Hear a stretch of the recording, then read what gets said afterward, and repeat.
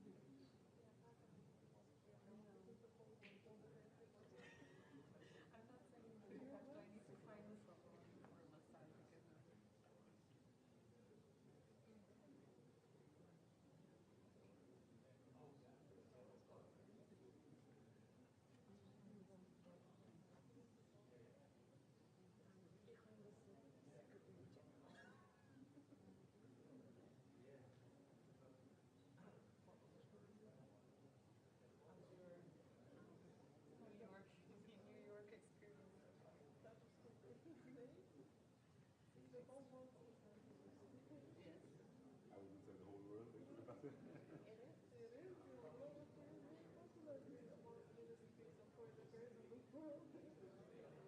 Especially when you have that.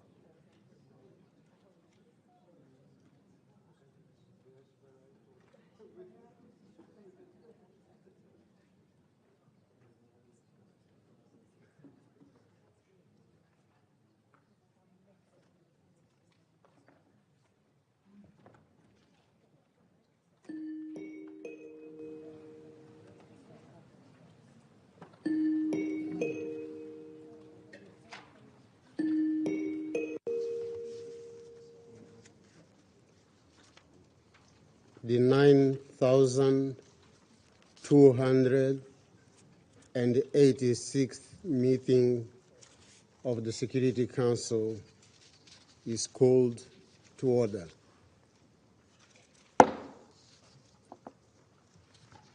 The provisional agenda for this meeting is maintenance of peace and security of Ukraine. The agenda is adopted.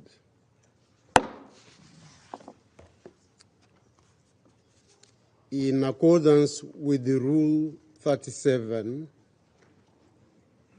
of the Council's Provisional Rules of Procedure,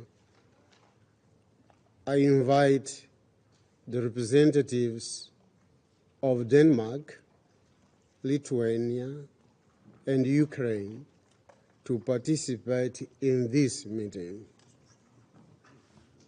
It is so decided.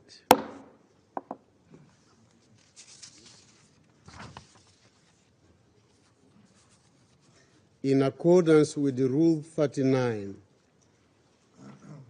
of the Council's Provisional Rules of Procedure, I invite Mr. Martin Griffiths, Under Secretary General for Humanitarian Affairs and Emergency Relief Coordinator, to participate in this meeting. It is so decided.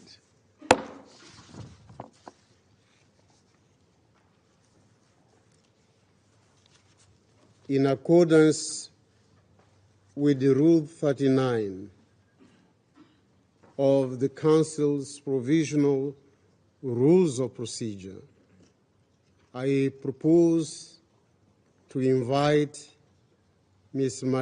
Daria Morozova to participate in this meeting. Would any member wish to comment on this proposal? Yes. I recognize the representative of the United States. Thank you, Mr. President. The United States requests a procedural vote on the participation of Ms. Morozova as a proposed briefer for this meeting. We regret having to call this vote, given that the majority of council members already expressed serious concerns to the presidency yesterday and today. Let me be clear, the United States strongly supports civil society briefers who can share their relevant experience and expertise with the Council. The perspectives of civil society participants are essential and they enrich this Council's discussion. However, we must note that a certain Council member proposed the addition of Ms. Morozova as, and I quote, an ombudsperson of the Donetsk People's Republic. Following the Russian Federation's attempt last year to illegally annex Ukraine's internationally recognized territory, the UN General Assembly overwhelmingly adopted Resolution ESS/11/4. This resolution specifically called on all states and international organizations to not recognize any alteration of the status of the Donetsk region of Ukraine and to refrain from any dealings that might be interpreted as recognizing any such altered status. Consistent with that UN General Assembly resolution, it is not appropriate for the Council to invite in any capacity someone who purports to be the ombudsperson of the so-called Donetsk People's Republic. The invitation to this specific person is a blatant and transparent attempt to have the Council appear to legitimize the Russian Federation's illegal attempted annexation and to implicitly extend recognition to illegitimate authorities. Simply removing references to their positions or their titles does not alter this fact. Council members can and should draw their own conclusions about any attempts to draw reductionist parallels to other incomparable situations. We regret that a procedural vote is necessary. We call on all council members to act consistent with relevant UN General Assembly resolutions and not support the proposed briefer's participation in the meeting today. The United States will not support any attempt to legitimize the Russian Federation's illegal attempted annexation of another UN member state's territory and will therefore vote no and urge others to do the same. Thank you, Mr. President. I thank the representative of the United States for their statement. I now give the floor to the representative of the Russian Federation. Mr. President,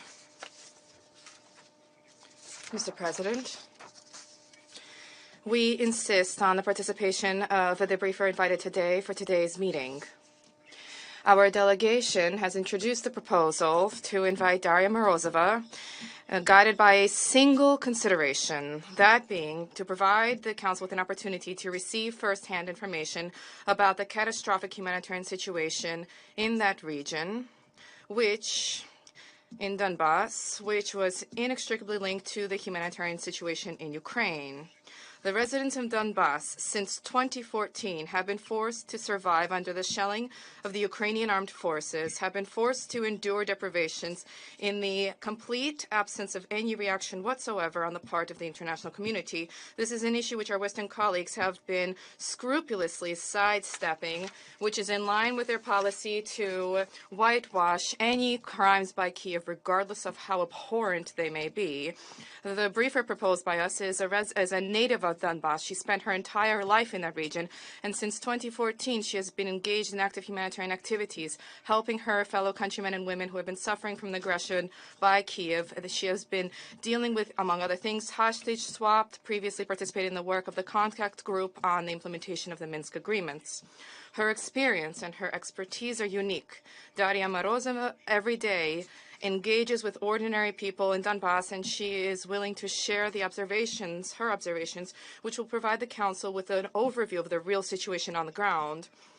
We believe that our briefer fully meets the criteria set out in Rule 39 of the Council's Provisional Rules of Procedure. We propose that she be heard in her personal capacity as a humanitarian activist. We call on the Council membership to support the invitation to Daria Morozova in the capacity as briefer during today's meeting. Contrary to allegations of Western delegations, your support will in no way indicate the recognition of any international legal realities whatsoever. These are issues that are completely unrelated. This is also a matter of freedom of speech.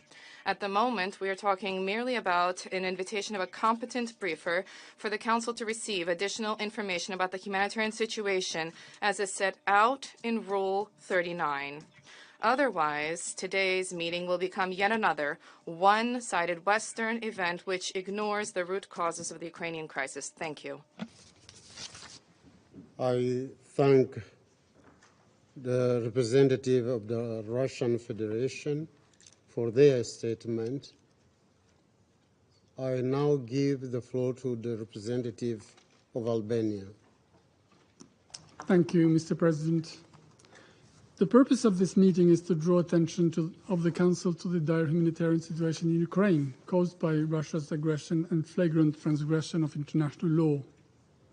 3 resolutions of the General Assembly, adopted with an overwhelming majority of member states, have made it clear that Russian Federation is in blatant violation of the UN Charter and international law and is responsible for the humanitarian crisis in Ukraine and beyond, that Russia should withdraw from Ukraine and respect Ukraine's sovereignty and territorial integrity. The arrest warrant issued today by ICC against Russia's commander-in-chief only affirms this responsibility. It is clear, once again, that with the attitude of today, the Russian Federation is trying to do what it does best: divert the focus of the issues at hand, avoid responsibility by its action by creating smokescreen. This is yet another deplorable attempt to misuse the Council for narrow interests other than the raison d'être of this body. Further, with the invitation, Russia is rubbing salt into the wound by inviting a representative of the so-called Donetsk People Republic in a desperate attempt to legitimize what can never be legitimized: the invasion and the annexation by force of a territory of another sovereign country. While reaffirming our unwavering commitment to giving unhindered access to civil society briefers in the work of the Council, we reiterate our position that the Russian Federation attitude is a deviation from this principle. To allow the participation of an illegal entity in the Council meeting would be a dangerous precedent. Hence, we do not consider the brief proposed by the Russian Federation competent to the purpose at hand, as stipulated in Rule 39 of the Security Council Provisional Rules of Procedure. Albania therefore opposes extending invitation by the Council to the additional briefer proposed by the Russian Federation, and we kindly ask the other member states of the Council to do the same. Vote no. Thank you. I thank the representative of Albania for their statement. Distinguished members of the Council, in light of the comments made by the Council members, I propose to put to the vote the proposal to extend an invitation under Rule 39 of the Council's Provisional Rules of Procedure to Mrs. Daria Morozova in order to brief the Security Council on the agenda item maintenance of peace and security of Ukraine. I shall put the proposal to the vote now.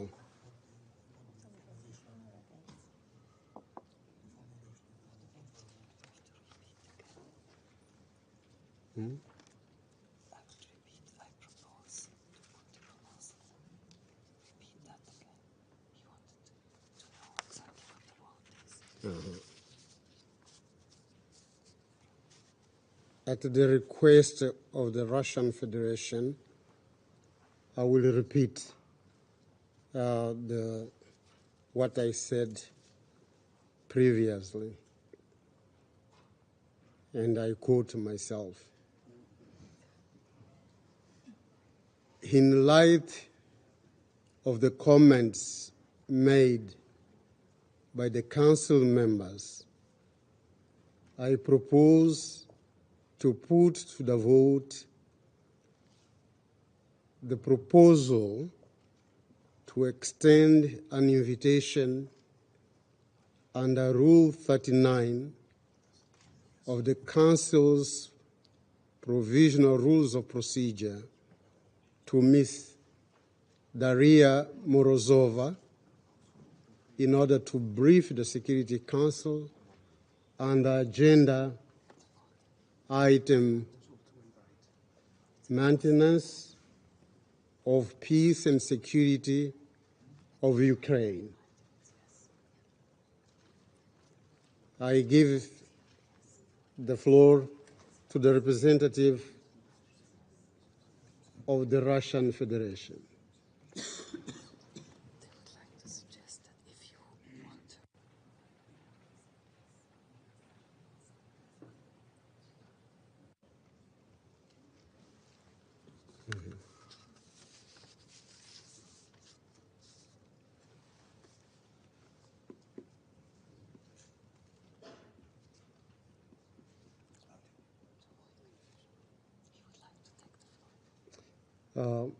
Yes?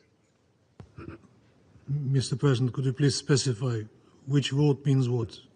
Yes or no?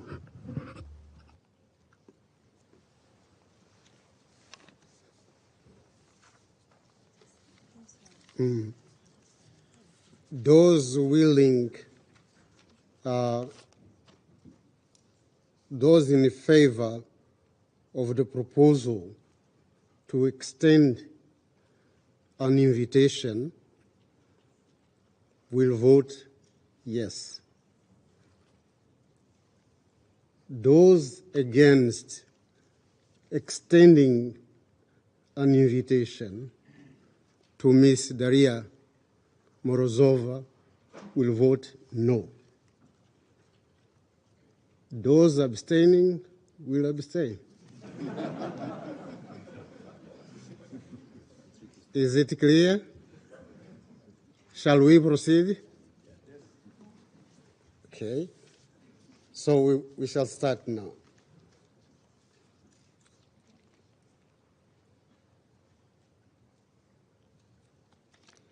Those against, sorry. Those in favor of extending the invitation, please raise their hand. Is that clear?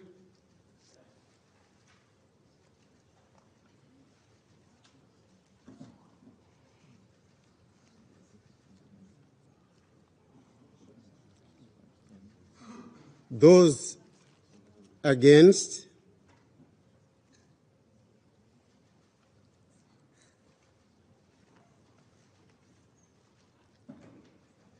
Abstentions?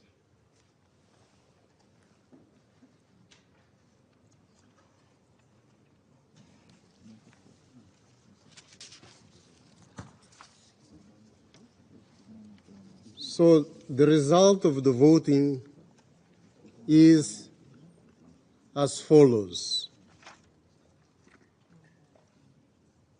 4 votes in favor, 8 votes against, and 3 abstentions.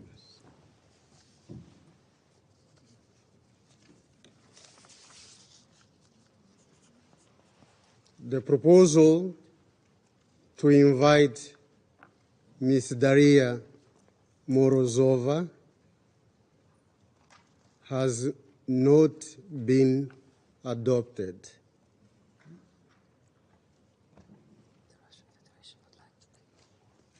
It having failed to obtain the required number of votes. I will give the floor to the representative of the Russian Federation.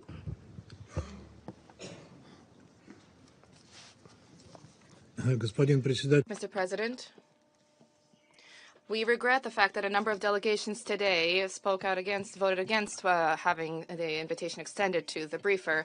We see in this a manifestation of egregious hypocrisy and double standards when a representative of Donbass has for 9 years been suffering as a result of this war unleashed by Kiev against it. It has been refused under trumped-up pretexts to enjoy the right to speak before the Security Council.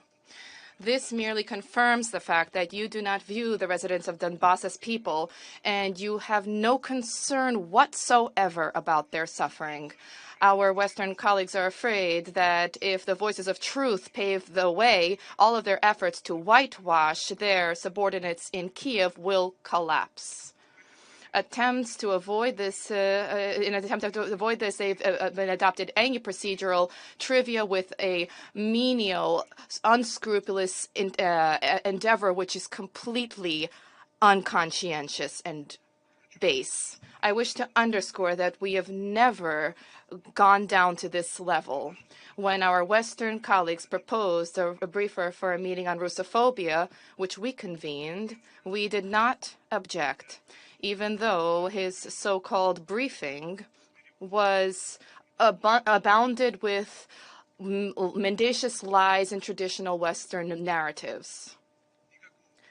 There was no constructive contribution to the discussion that was made by this briefer ultimately. What happened today with Daria Morozova is an opportunity for us to think about how we will consider requests from colleagues on Rule 39 moving forward. Our U.S. colleague said that listening to briefers from unrecognized territories is unacceptable and constitutes a violation of a resolution. But, for example, the invitation of representatives of Kosovo to the Council, this is a clear violation of Security Council Resolution 1244. We will take into account the principled position of our U.S. colleagues on that count. Otherwise, we will see further double standards from the United States. We regret the fact that the work of the Council once again has fallen hostage to the unscrupulous conduct of Western delegations who are openly seeking to advance their parochial interests. Thank you. I thank the representative of the Russian Federation for their statement.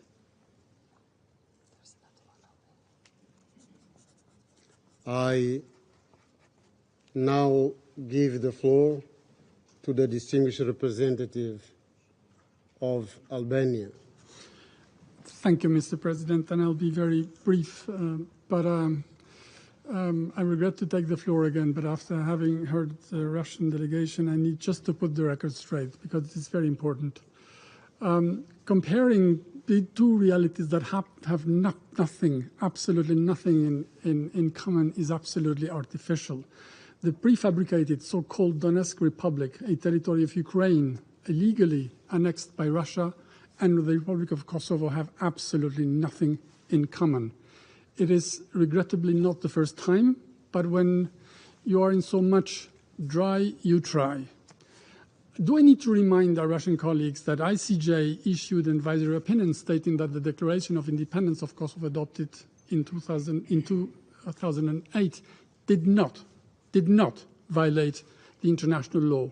The very World Court that has also issued another opinion in March last year, and we know why. Do I need to remind our Russian colleagues that Kosovo's international recognition is well established, including among many around this table, while the so-called DPR and LPR are territories annexed by force and exist only in the Russian plans and dreams? And finally, I do not need to remind our Russian colleagues that Kosovo and Serbia come here together, and they are negotiating to find mutually agreed solutions to common problems, not with bombs, but with words, not with war, but with dialogue. This is the big difference as well. Thank you. I thank the representative of Albania for their statement. I give the floor to the representative of the Russian Federation. Mr. President, I just heard and I listened to the emotional statement of our Albanian colleague about the presence of Serbia during meetings under Resolution 1244. We have nothing against that. However, I'd like to put forward a question to him. Perhaps he will take the opportunity to respond to the question here in this chamber. Tell us, please, do you view Kosovo as a territory recognized by the United Nations? I thank the representative of the Russian Federation for their statement. Excellencies, distinguished members of the Council, in accordance with the Rule 39 of the Council's Provisional Rules of Procedure, I also invite His Excellency Mr. Olof Skog, head of the delegation of the European Union to the United Nations, to participate in this meeting. It is so decided.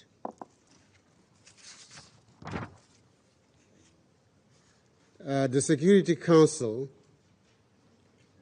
will now begin its consideration of item 2 of the agenda.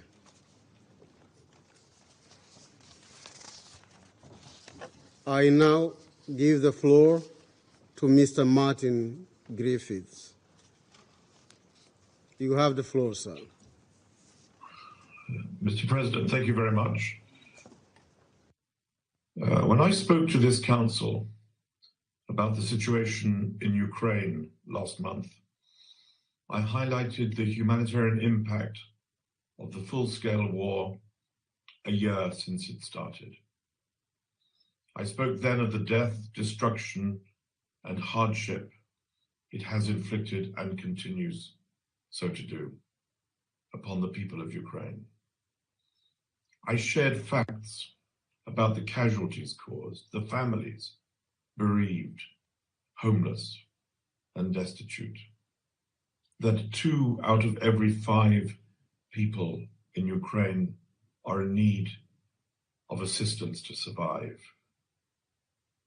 The people forced to flee, including more than 8 million refugees in neighboring countries. But Mr. President, today, if you allow me, I want to focus on the reverberations around the world of this war, a world already reeling before that date in February from multiple shocks, hunger, conflict, COVID, climate emergency, the cost of living crisis. Mr. President, the war has had very significant implications for global food insecurity. As we all know, both the Russian Federation and Ukraine are leading suppliers of key food commodities. And in addition, the Russian Federation is also a top exporter of fertilizer. The world relies on these supplies and has done so for many years.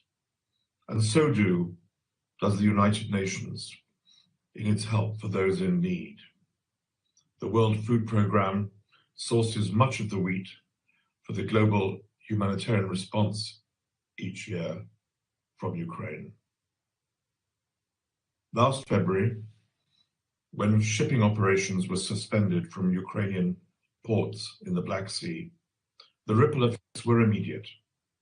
By March, following uninterrupted increases from the second half of 2020, global food prices had reached record highs. The price of fertilizer has been impacted gravely and remains still over 200 times higher than in 2019. In lower income countries, some small farmers found themselves priced out of the market. Reversing these trends, as we may all remember, was a matter of urgency for the international community. Hence the Black Sea Grain Initiative and the parallel memorandum of understanding between the Russian Federation and the United Nations on the facilitation in this second agreement of Russian food and fertilizer exports. The signing of those agreements was a critical step in the broader fight against global food insecurity, especially in developing countries. As a result, markets have been calmed, and yet global food prices have indeed continued to fall. Under the Black Sea Grain Initiative, close to 25 million metric tons of foodstuffs have been safely exported without incident from Ukraine since August. The World Food Programme has been able to transport more than 500,000 metric tons of wheat to support humanitarian operations in Afghanistan, Ethiopia, Kenya, Somalia, and Yemen. And right now, the United Nations, under the leadership of our Secretary General, is doing everything possible to make sure that that Black Sea Grain Initiative can continue. We continue to engage closely with all parties. This week, foodstuffs have continued to be transported out of Ukraine through those maritime humanitarian corridors and under the oversight of that agreement's Joint Coordination Center in Istanbul. On the parallel memorandum of understanding with the Russian Federation, my colleague, the Secretary General of UNCTAD, Rebecca Grainspan, and the UN Secretary General himself are together sparing no effort to facilitate its full implementation. We have indeed made meaningful progress. Impediments remain, however, notably with regard to payment systems. There is more to do, and our efforts to overcome these remaining impediments will continue, Mr. President, unabated. It is vital for global food security that both of these agreements continue and should be fully implemented. Mr. President, the world faces an unstable global economy. Poverty is growing. And when we look at where we want to be, the targets we set out in the Sustainable Development Goals, it is so clear that we are way off track. The scale of humanitarian needs, as discussed frequently in this chamber, Mr. President, has vastly outpaced the resources available to meet those needs. Globally, almost 347 million people in 69 countries need humanitarian aid. A statistic so dire it hardly bears repetition. An unprecedented $54 billion is required this year to meet these needs, and millions will suffer if we fail to do that.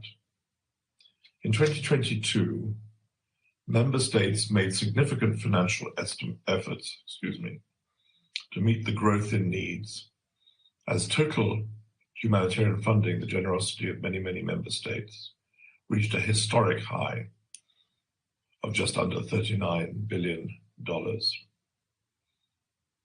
We cannot be certain if this level of financing can be achieved this year, while it is simultaneously clear that we need even more support than that from member states, from the public, from a generous humanity, so that we can deliver on that most sacred promise to protect the vulnerable and to provide a future for them and their families.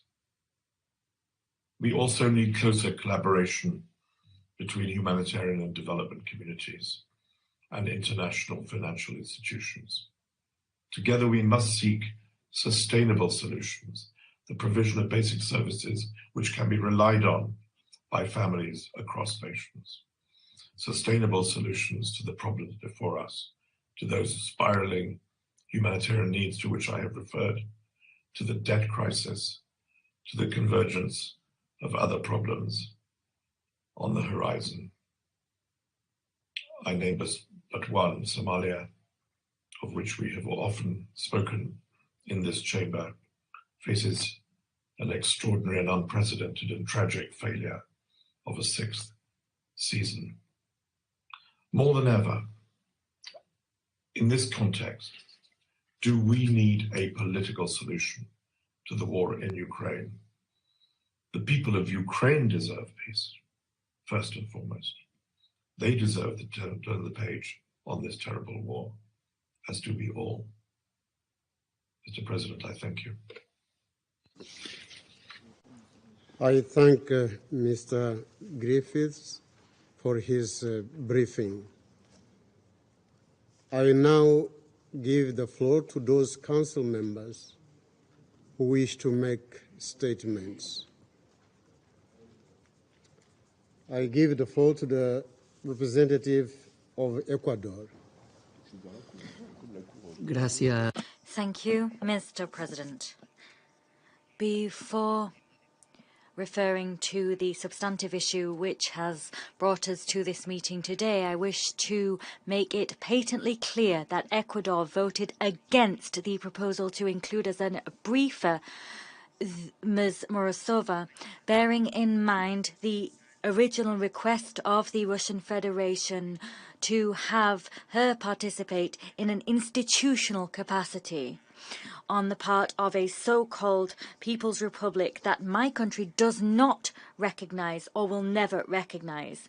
Moreover, with its vote, Ecuador facilitated the implementation of Resolution ES 11/4 of the 11th Emergency Special Session of the General Assembly, convened by the decision of this very Security Council with the resolution of the 27th of February 2022. Ecuador's vote does not preempt our position of openness when it comes to including both male and female briefers of various types suggested by various delegations, regardless of their origin or political position, and incidentally, and that including any territory under total or partial occupation. Mr. President, I thank Under Secretary General for Humanitarian Affairs and Coordinator of Emergency Assistance, Mr. Martin Griffiths, for his briefing. I also thank OCHA and their team on the ground for their invaluable work. On the 6th of February, in the briefing on the humanitarian situation in Ukraine, Ecuador concluded its statement recognizing the contribution made by the Black Sea Grain Initiative in alleviating the global consequences of food insecurity. At that time, we called for this Council to reiterate its support for the work of the Secretary-General and to ensure that that support was tangible and effective. We believe that the renewal of the Black Sea Grain Initiative must be automatic and without hindrance, just like its implementation.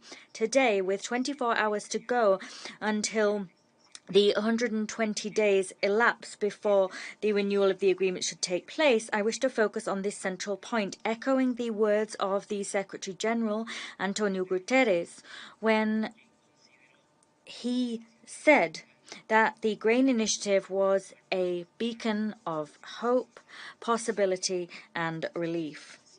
In the session held on the 17th of March 2022, exactly a year ago, USG DiCarlo warned of the consequences that the conflict was already having at that time across the world as a whole. These consequences were dealing the heaviest blow to the poor because supply chains were disrupted and the food price index of the FAO had been brought to the highest levels ever seen in history. As the host of the FAO Regional Conference in Quito in March last year, Ecuador can ensure that at that time, and indeed this remains true, a fundamental concern for Latin America and the Caribbean is the impact that this war is having beyond the borders of the country under attack. Whilst grain exports are not alone food aid operations, they continue to play a vital role in alleviating food insecurity and consequently in alleviating the humanitarian situation in various regions of the world. Behind this tragedy that is war, the implementation of the Grain Initiative has worked to spare millions of lives from hunger. This is particularly true in fragile areas, and it did so because it stabilized prices. Indeed, that has been confirmed on several occasions by the FAO and even the United Nations Conference on Trade and Development. Here, we should add that the initiative is having an impact within the framework of WFP operations. These are benefiting girls and boys in Afghanistan, Yemen, Somalia, or Ethiopia, to name but a few. These operations must not be disrupted, nor must the WFP's capacities be undermined. We know that currently we have scheduled 3 WFP vessels. They will transport 80,000 metric tons of wheat, and that is scheduled in the midst of all of this uncertainty being sparked by the process by which this agreement will be renewed. And that uncertainty is prevailing despite the fact the renewal is meant to be automatic. Mr. President, in only 2 months we will mark the 5th anniversary of Resolution 2417. With that resolution, the Council urged all parties to guarantee the proper functioning of food systems and food markets in situations of armed conflict. With that same resolution, the Council recalled the link that exists between armed conflicts and food insecurity. It insisted that all parties protect civilians and the goods and property necessary for the production and distribution of food. Ecuador consequently insists upon the need to respect food systems and water supply systems. We recall the prohibition that there is against attacking, destroying, removing or spoiling property and objects crucial to the survival of civilians. That includes agricultural goods and harvests. Moreover, we are not surprised by, but we are concerned by the findings published by the FAO last December regarding the impact that this war is having on agriculture and rural livelihoods in Ukraine. Tens of thousands of millions of harvests are being lost, wealth is being lost by homes. We're seeing the destruction of machinery and equipment, as well as storage facilities, crops, inputs, and arable land. We regret the fact that in 2023 so far we've seen the repeated continuation of attacks against critical civilian infrastructure. This includes energy infrastructure. Finally, and by way of a preliminary comment, I wish to express the fact that my delegation is gravely concerned at the content of the report of the International Independent Commission of Inquiry in Ukraine, established pursuant to Resolution 49/1 of the Human Rights Council. That report was distributed yesterday, and it paints a picture of the cruelest violations of human rights, and points to human rights abuses and the most atrocious violations of IHL. Ecuador will never tire in reiterating the fact that nothing exempts parties from complying with obligations under the Geneva Conventions of 1949 or other core instruments of IHL. I conclude by recalling that yesterday we marked exactly 1 year since the ICJ ordered the Russian Federation to immediately suspend its military operations in Ukraine. Consequently, we absolutely insist that the court's order be respected. Thank you. I thank the representative of Ecuador for their statement. I give the floor to the representative of La France. Mr. President, I wish to thank Mr. Griffiths for his briefing. The Russian aggression against Ukraine is being waged in violation of the fundamental principles of the United Nations Charter and of all the treaties protecting civilians. The United Nations General Assembly once again condemned this aggression candidly and overwhelmingly on the 23rd of February last. For a year, millions of Ukrainian men and women have been victims of the abuses committed by the Russian armed forces and their Wagner proxies. They have killed, injured thousands of civilians, tortured and raped, forced millions of people to leave their homes, deported children, deliberately targeted civilian infrastructures, including schools, hospitals, and energy infrastructure. The United Nations have documented these large-scale violations of IHL and of human rights. France notes the arrest warrants issued today by the judges of the ICC at the request of the Office of the Prosecutor against President Vladimir Putin and the Russian Commissioner for Children's Rights, Maria Lvova. The court believes that there exists sufficient evidence to establish their involvement in the deportation and transfer of Ukrainian children. Russia has sought to weaken the resistance of the Ukrainian people, in particular at a time when the country is entering winter, or was entering winter. 18 million people today require humanitarian assistance. Despite that fact, the Ukrainian people continue to show admirable courage and determination. To support those people, we organized the conference entitled Solidarity with the Ukrainian People that was held in Paris on the 13th of December and facilitated the mobilization of more than €1 billion to meet these urgent needs. Russia must allow access by humanitarian actors to civilian populations, this in accordance with IHL. Those responsible for abuses must be held accountable before Ukrainian courts and before the ICC. We support all investigations underway by these actors. Mr. President, the Russian aggression against Ukraine is having significant negative repercussions throughout the world. Russia alone is responsible for these repercussions.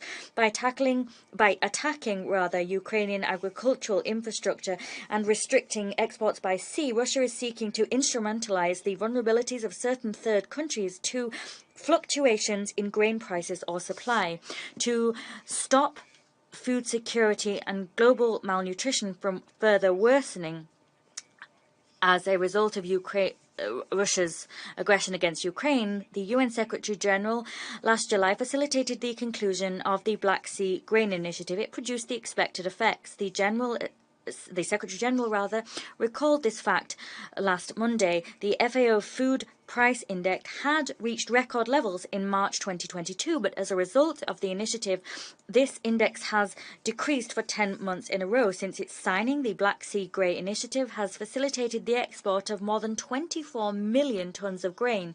55% of those grain exports were headed to developing countries. There must be no blackmail used when it comes to the extension of the initiative. Exports by sea of Ukrainian grain must continue unimpeded in order to tackle food insecurity throughout the world. Here, as such, we commend the involvement of the Secretary General and the contribution made by Turkey. France will continue, moreover, to rally alongside its European partners to ensure the implementation of solidarity lanes. These have allowed export via waterways and by road of more than 29 million tons of grain and other food products. We also welcome Ukrainian grain donations as part of the Grain from Ukraine initiative. We contributed to that initiative. Mr. President, in the face of this aggression, which is having unacceptable consequences on civilians, humanitarian support, but also military and financial support from France to Ukraine will continue for as long as is necessary. We will continue to make the necessary efforts side by side with Ukraine to achieve peace. That is the rationale behind our support for the peace plan presented by President Zelensky during the G20 summit. That plan is a pathway towards a just and lasting peace in Ukraine. Thank you. I thank the representative of France for their statement. I now give the floor to the representative of the United Arab Emirates. Thank you, Mr. President. I'd like to join others in thanking Under-Secretary General Griffiths for his informative briefing today. We support his strong message on the ripple effects of this conflict across the globe. The war in Ukraine does not exist in a vacuum. Food insecurity is just one way the conflict manifests on the global stage, and it becomes a greater threat with each passing moment. We are meeting in this chamber the day before the expiration of the Black Sea Grain Initiative, one of the few successes amidst the tragedy of this war. For the purposes of today's discussion, I will focus on the immediate humanitarian needs worldwide that Martin Griffiths has just outlined. Let's remember why the initiative is so important, the good it has done, and why we support its full renewal. Looking back at the outset of the conflict last year, a spike in food prices threatened to send tens of millions into extreme poverty around the world. Within a week, prices of wheat futures had jumped almost 60%. As the global humanitarian system struggles to respond to the overwhelming need around the world, it is forced to contend with the further strain of these price rises. All of this taking place against the backdrop of an already stressed post-pandemic global economy. But there is cause for some hope. The impact on global markets has been cushioned by the Black Sea Grain Initiative. The UN estimates that the reduction of prices for staple foods as a result of the BSGI has indirectly prevented some 100 million people from falling into extreme poverty. 24 million tons of grain and over 1,600 secure vessel voyages have made it through the Black Sea thanks to the agreement, and 55% of these food exports are going to developing countries. These movements represent more than simply the grain being shipped. Injecting more food into the global market brings down food prices, and so even though exports may not be going only to the poorest countries, they are benefiting global market prices positively for all, and they need to be preserved. As such, we strongly support the Secretary General's and Turkey's continued engagement with Russia and Ukraine to ensure its full renewal and address any issues that impede its implementation. We also note that relevant international humanitarian law obligations regarding civilian vessels remain in force, even if the BSGI lapses. The UAE urges the full implementation of the MOU on Russian fertilizers and food products also. We encourage good faith efforts to address any ongoing issues related to insurance, financial and logistical infrastructure, and we stand ready to support this in any way. Yet even if implemented in full, the contagion effect of war will continue to affect agriculture. Blackouts across Ukraine, financial constraints for Ukraine's farmers, and once fertile land that now sits fallow all contribute to a new, more difficult reality for food production. In 2021, Ukraine saw record levels of grain harvested. Within just 1 year, that was estimated to drop more than 40%. And areas available to grow corn have fallen by 30% since the outset of war. Energy is another area that has been thrown into turmoil as a result of the ripple effects of this conflict. The UAE remains committed to working with the international community on this and to be a responsible partner. Mr. President, even though the negative impacts of the war extend far beyond this conflict, they cannot compare to the dismal humanitarian situation on the ground. The impact on children in Ukraine alone is horrifying. Every day this conflict goes on, more children are exposed to the risk of injury and death.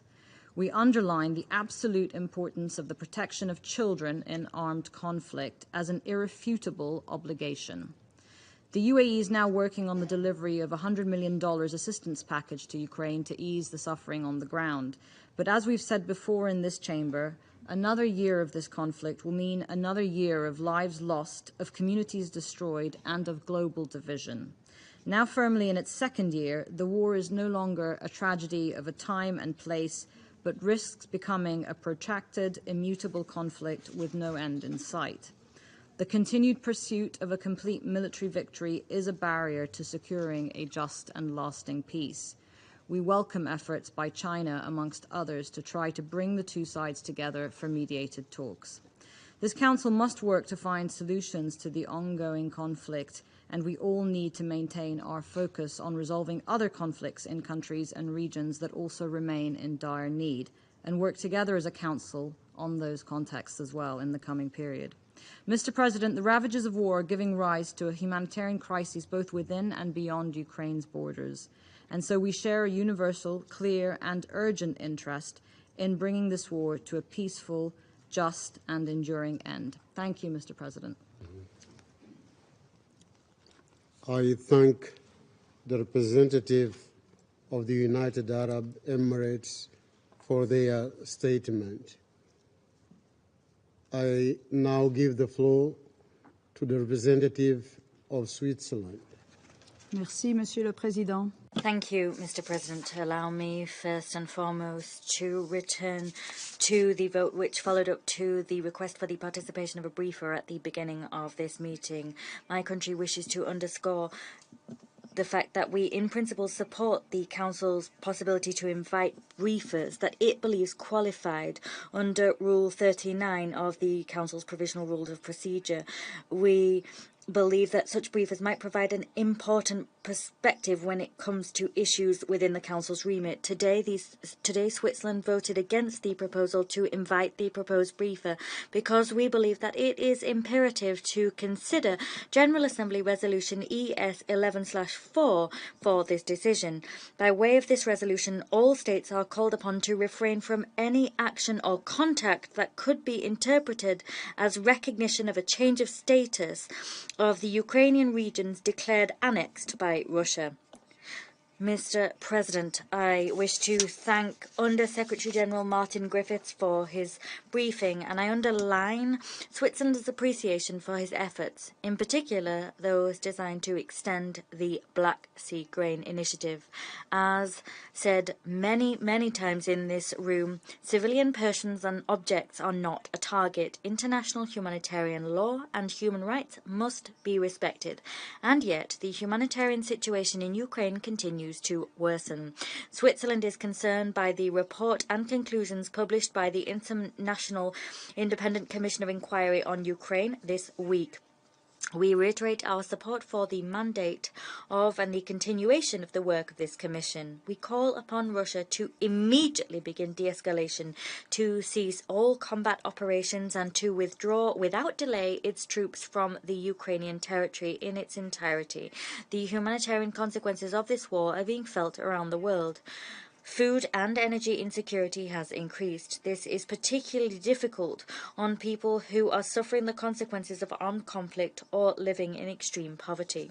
Mr. President, I would like to focus on 3 points. First, Switzerland condemns the persistent airstrikes targeting civilian infrastructure. These include Russia's indiscriminate attacks on Ukraine's energy infrastructure. Switzerland reiterates its appeal. International humanitarian law must be fully respected. Nothing can justify targeted attacks against civilian persons and objects. Second, Switzerland insists that humanitarian workers be given unhindered access to the almost 18 million people in need in Ukraine, including those in areas occupied by Russia. Third, we reiterate the fact that the Black Sea Grain Initiative, along with its parallel memorandum of understanding focused on the export of Russian food and fertilizers, is critical to global food security. Facilitated by the Secretary General and Turkey, the initiative has allowed the export of 24 million tons of grain and of more than 1,600 secure ship voyages across the Black Sea. The food price index of the FAO has been declining for the past 10 months, having reached record levels in March 2022. This initiative must continue. We call upon all parties to redouble their efforts to find a lasting solution in order to alleviate the consequences of the war. We note the importance of a long-term perspective that allows for greater predictability. This is essential for the planning and implementation of the initiative. Switzerland welcomes the good offices of the Secretary General in this regard and stands ready to provide its support, particularly in its role as host state. Mr. President, the international community continues to send out clear signals in favor of solidarity and against divisions, in favor of dialogue and against violence, in favor of peace and against war. We are all called upon to contribute to a comprehensive, just and lasting peace in accordance with international law.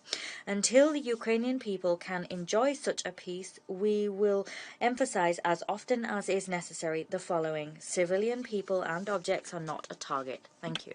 I thank the representative of Switzerland for their statement.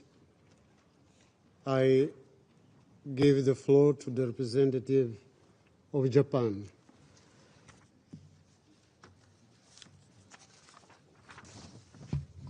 Thank you, Mr. President. I thank USG Mr. Griffiths for his informative briefing. Regrettably, Russia's aggression against Ukraine in clear violation of international law persists despite widespread calls to halt it on its one-year anniversary last month. Russia's unlawful aggression has worsened the humanitarian situation in Ukraine and the world at large, which is deplorable. Mr. President, The humanitarian crisis has worsened in 2023, with 222 million people in 53 countries unsure if they will have access to food. About 1 million individuals in developing countries face extreme hunger. Russia's aggression against Ukraine has damaged the global food supply and worsened the humanitarian situation. In these times of precarious global food supplies, the role of the Black Sea Grain Initiative has become more critical than ever before. The initiative has enabled the exportation of 24 million metric tons of grain from Ukraine port and over 1,600 secure vessels voyages through the Black Sea, with 55% of food exports going to developing countries. The initiative has been indispensable in decreasing the worldwide cost of food and provided vital assistance to those who have been significantly affected by this war, particularly in developing countries. Japan commends the Secretary General and his team, including Mr. Griffith's relentless efforts, along with Ms. Greenspan's efforts, to safeguard the continuity and the integrity of this initiative by engaging with the parties, including the visit to Ukraine and the meeting with the Russian Deputy Foreign Minister. Japan strongly supports an automatic extension of the Black Sea Grain Initiative for the same period and its further expansion, and urges involved parties to collaborate in this regard. Mr. President, Russia's aggression has severely harmed Ukraine's agricultural sector, accounting for 10% of its GDP and 25% of exports. It is vital to restore Ukraine's agricultural product capacity, not only for economic stability, but also to boost global food supply. Last week, Japan gave sunflower and corn seeds to 400 smallholder farmers in Kharkiv, prioritizing women and young farmers, where agricultural production and farm income have decreased due to the war. In addition to the already committed $200 million to improve global food security after Russia's aggression last June, Japan decided to provide $50 million in food-related aid to countries in need in Asia, the Middle East, Africa, and Ukraine. The suffering in Ukraine and the ramification for global food security must come to the end, and Japan reaffirms its unwavering commitment to providing the utmost support and standing in solidarity with the people of Ukraine. Japan, on its part, will continue to actively pursue efforts to secure global food supply, thereby contributing to the maintenance of international peace and security. I thank you, Mr. President. I thank the representative of Japan for their statement. I now give the floor to the representative of Albania. Thank you, Mr. President. Let me thank USG Griffiths for his update and for his tireless efforts. After 13 months of continued marry me or I'll kill you approach of Russia and Ukraine, there is little doubt that this war is a turning point in modern history. It continues to challenge European security. It has brought back nuclear saber-rattling, has disrupted the global economy, leaving energy and food crisis in its wake. But it has also been a awakening moment, reminding everyone that for as long as there will be authoritarians around, peace should never be taken for granted. While the reality on the ground has revealed the limits of this modern madness, persistent waves of deadly missile strikes across Ukraine, the Russian death signature, continue to destroy civilian infrastructure with no end in sight. They constitute crimes. For months, we have heard here, Russia doesn't attack civilians, but the reality, the hard and painful reality, is completely different. More than 20,000 civilians have been killed or wounded. 14 million people have been uprooted from their homes, 18 million people require humanitarian assistance and protection, and around 40% of Ukrainians are unable to afford or access enough food. For months, we have heard here, Russia doesn't commit crimes. The hard reality, which we know and have denounced here, is now confirmed by the report of the Commission of Inquiry, an independent and impartial expert body. Russian authorities have committed a wide range of violations of international human rights law and international humanitarian law in various regions of Ukraine, many of which amount to war crimes. Everything in the horrible book of crimes is there. Attacks on civilian and energy-related infrastructure, willful killings, unlawful confinement, torture, rape and other sexual violence, as well as unlawful transfer of and deportation of children. These facts show the depth of depravity of the aggression, total disregard for civilians, and the sanctity of human life. Colleagues, Ukraine war poses one fundamental question for all of us: what kind of world we want to live in. The current rules-based world order is the one that emerged from the ashes of World War II, one where powerful autocratic regimes would no longer be free to devour their neighbors, one where more democracies than ever have been able to flourish, and where free markets and open trade have lifted more people out of poverty than any time in the history of the world. It is clear that it is this order that made almost 80 years without a war of aggression, the kind of war just like what is happening in Ukraine, that can destabilize the whole world. It is this order which is based on international law and rules not imposed by anyone, but agreed by free nations. It is an order which has made it that when there is transgression, there are consequences. Just like the arrest warrants issued today by the ICC. The man who started its war of choice, the man who is responsible for its continuation and all the terrible consequences, is now a man wanted by international justice. This is a first victory of accountability. It is a first wake-up call for everyone who is fighting an unjust and illegal war in Ukraine, that impunity that has emboldened perpetrators during these long months of war has lasted far too long. Mr. President, what happens in Ukraine today will concern all of us tomorrow. This is why support in Ukraine goes beyond mere solidarity for people in need. It is an urgent call for a world in peril. The Grain Initiative, a lifeline for dozens of countries around the world, should be extended not with fixed deadlines, but indefinitely. Because, as USG Griffiths clearly explained, so are the needs of hundreds of millions of people whose daily food depends on it. Mr. President, every day into the war is making the world a more and more dangerous place, without any reason and out of choice.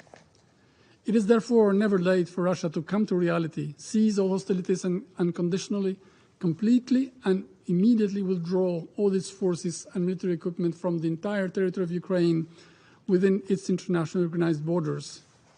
Russia can earn back its respect, not by committing more crimes, but by resolving to peace. Until then, we will continue to stand with Ukraine and its people in their just struggle to repeal aggression and restore their territory, independence and sovereignty. I thank you. I thank the representative of Albania for their statement. I now give the floor to the Russian Federation. Господин председатель. Mr. President, given that our former Western partners have been shameful and have not allowed an opportunity for the brief from Donbass to speak, we will now have to listen to our statement today, and it will be lengthier than usual. Mr. President, our discussion at the Security Council of humanitarian aspects of the Ukrainian crisis is consistently carried out based on the same template. Western countries have been highlighting the destruction of civilian infrastructure in Ukraine and disregarding the fact that if the Kiev regime had been complying with the norms of IHL, specifically the non-placement of heavy weaponry and anti-aircraft systems in residential areas, then civilians would not be in the crossfire because our army carries out exclusively high-precision strikes targeting energy and transport infrastructure objects. We are doing this to degrade the military potential and capacity of Ukraine, which the collective West is doing everything possible to shore up with deliveries of new weapons. We have been carrying out a number of meetings to demonstrate the staggering profits received from the weapons deliveries by Western weapons-producing corporations. Of course, they have no interest in an end to the hostilities, and their interests are obsequiously being advanced by politicians. Just yesterday, the representative of the White House, John Kirby, in response to a question about the Chinese peace plan in Ukraine, stated that the end to hostilities in Ukraine, I quote, will constitute a violation of the United Nations Charter, end of quote. And earlier, in the beginning of March, the Secretary of the Ukrainian National Security Council, Danilov, regretted the fact that in his country there are more and more people who are advocating peace talks with the Russian Federation. In other words, the Kiev regime regrets the fact that Ukrainian citizens want peace with our country, and this speaks for itself. It is important that the real goals of Kiev and its Western partners to be understood by developing countries during the attempts that will once again be undertaken to attempt to mobilize their support in support of new anti-Russian initiatives at the General Assembly. At the same time, Western countries are setting aside the methodical and targeted shelling by the Ukrainian forces of the civilian facilities, objects in Donbass, which have been ongoing for 9 years now. So we believe it is our objective now to provide a full picture and to focus specifically on what our Western colleagues have failed to mention. Today's briefer, Daria Morozova, whose statement our Western colleagues were so afraid of, planned to provide a retrospective of the devastating internal Ukrainian conflict and the subsequent humanitarian crisis, which provoked by the anti-constitutional coup in Kiev in February of 2014. She, as a native in Donbass, said this was possible. However, some of the subjects and premises from her statement is something which she requested that we share with you. Large-scale peaceful protests in major Russian-speaking regions were a natural response to the anti-constitutional action of the new authorities. People took to the streets in the hopes of being heard. Their only demand was meeting with representatives of Kiev. Instead, in violation of Article 17 of the Constitution of Ukraine, which prohibits the use of Ukrainian armed force and illegal armed groups to limit civilian rights and freedoms, the Kiev regime turned its army against the peaceful protesters with the use of air assets, artillery, and mass lethal artillery and equipment. Mass lethal impact weaponry. Its military crimes is something which the Kiev regime justified with the conduct of the so-called anti-terrorism operation, the decree for which was signed on 14 April 2014 by an individual who illegitimately was vested with constitutional presidential authority. At the same time, neither DPR nor LPR throughout the entire conflict in southeast Ukraine were recognized officially as terrorist organizations, and consequently, they could not fall under international criteria defining that. Back in 2014, based on the conclusion of the ICRC, the conflict in Ukraine was recognized as being domestic, namely a civil war. And in addition to open hostilities, Kiev began to harshly quell peaceful protests through socioeconomic restrictions. The region was subjected to an economic blockade. Payments were ended of all social benefits, including pensions, and banking services were for individuals, and businesses were stopped. Food blockade, the medicine, food and basic necessities were all blocked. There was a transport blockade, an information blockade. Real information about events in Donbass was en masse supplanted with nationalist propaganda. Furthermore, Ukraine ended the work of all government bodies, agencies, and organizations on the territory of the region. In this way, local residents were deprived of the opportunity to receive basic government services, social assistance, and such key documents as passports, birth certificates, death certificates, so opportunities for any documents to be provided that attest to civil status.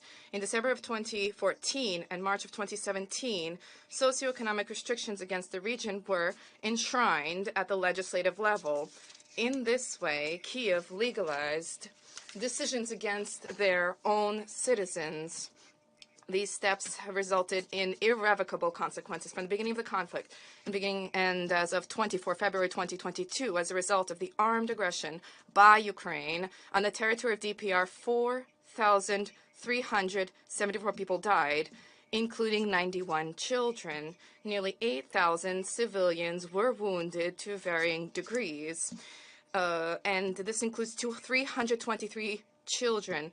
No fewer than 27 of them were left with disabilities as a result. The fire of the Ukrainian armed groups from the beginning of the special operation resulted in destruction of approximately 23,000 residential buildings, including 5,000 buildings, and these were razed to the ground. There were approximately 850 educational facilities that were destroyed, 350 healthcare facilities were destroyed, 800 utility facilities were destroyed, and they had been providing gas, water, fuel, and electricity to the residents of the Republic.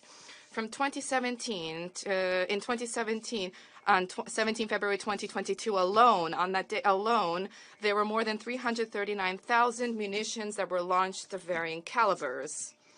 The international community did not provide an objective response, nor relevant actions vis-a-vis the actions undertaken to sabotage the Minsk process. In the time, Kyiv representatives did not comply with a single package on the Minsk package of agreements on the implementation of the agreement. Both official representative, as an official representative of DPR of the Minsk Group on Humanitarian Issues, Daria Morozova assures us that representatives of Kyiv were not geared towards or focused on implementation of any agreements whatsoever. Moreover, they sabotaged any progress that could have ended this bloodshed. And I would add, in my own capacity, and this is something which their Western sponsors encouraged. Against the backdrop of a lack of peace goals in the process, there was a heightened tension on the line of contact. There were clear provocations from Kyiv.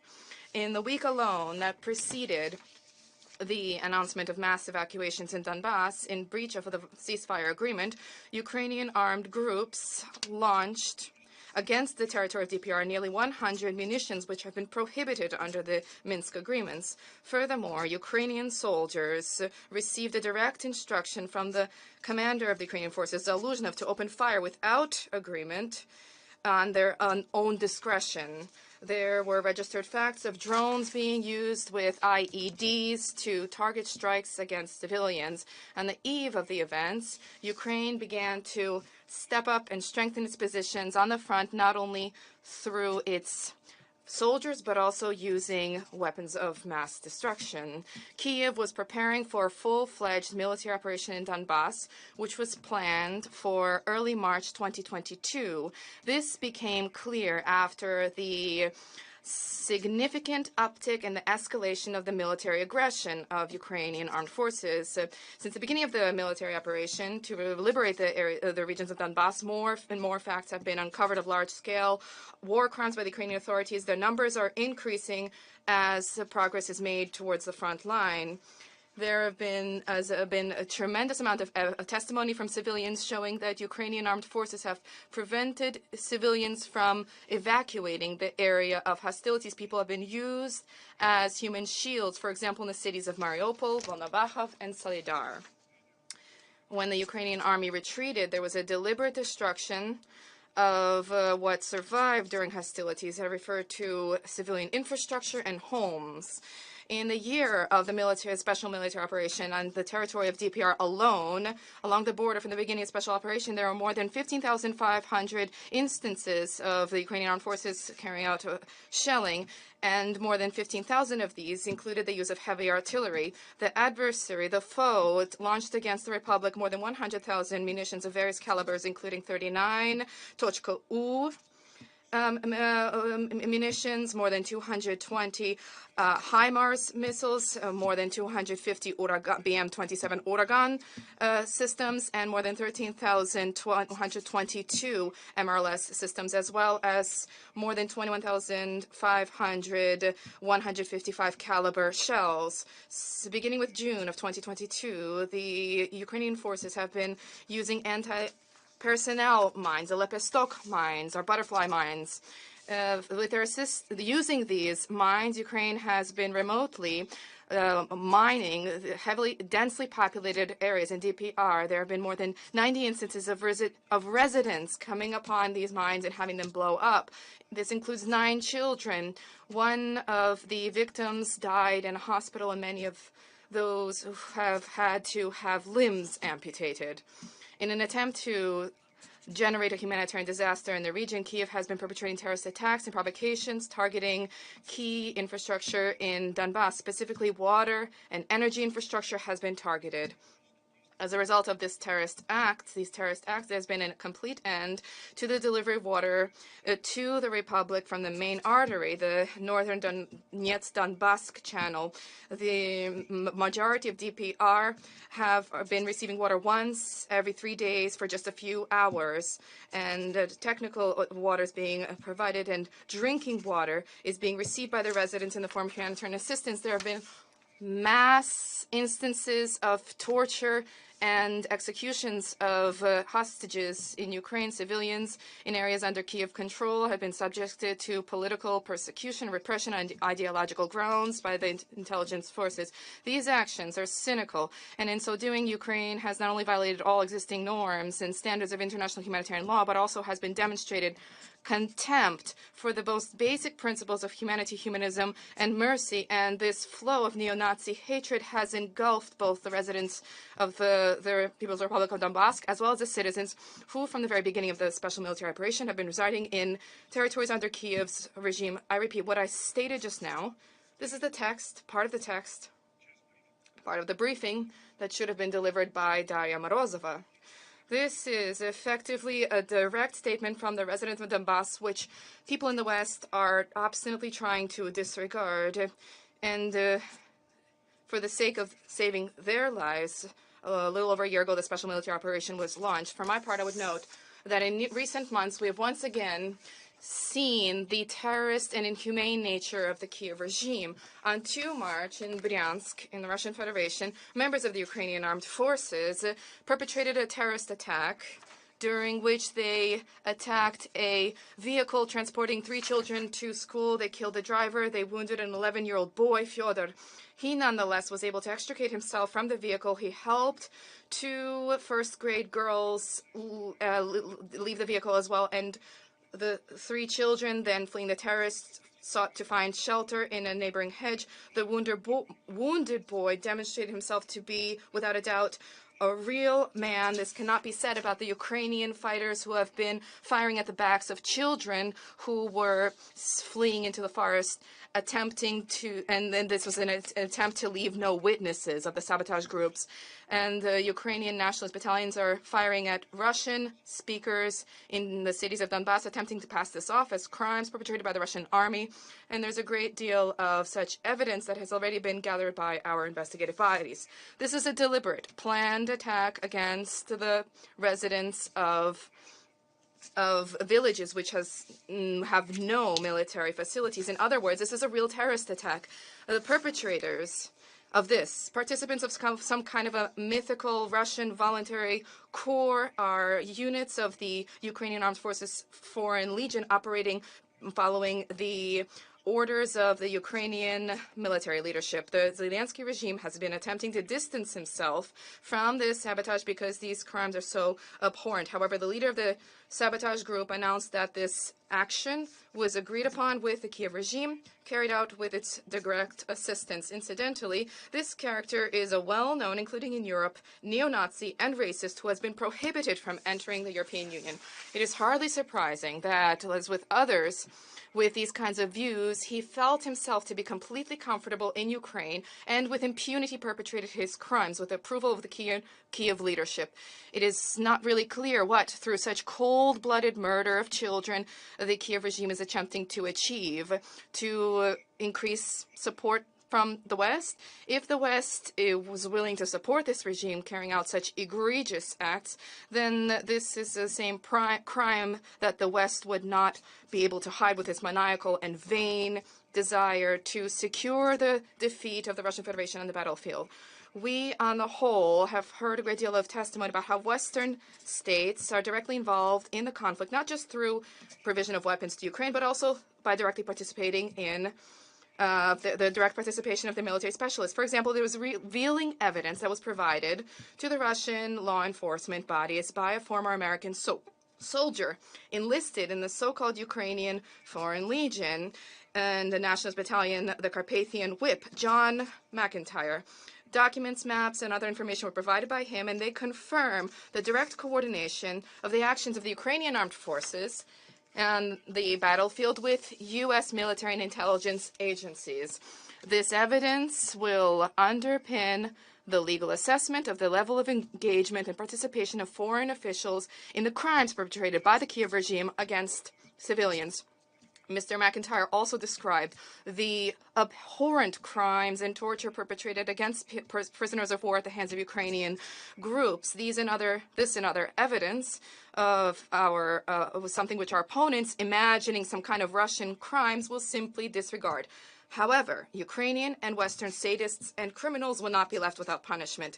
In Russia, there's already an international communal tribunal that is in operation. It is collecting witness testimony and documenting this, and their preparations to establish and launch an international tribunal that is rooted in international law and not a rules-based order which the collective West has devised to advance their own interests.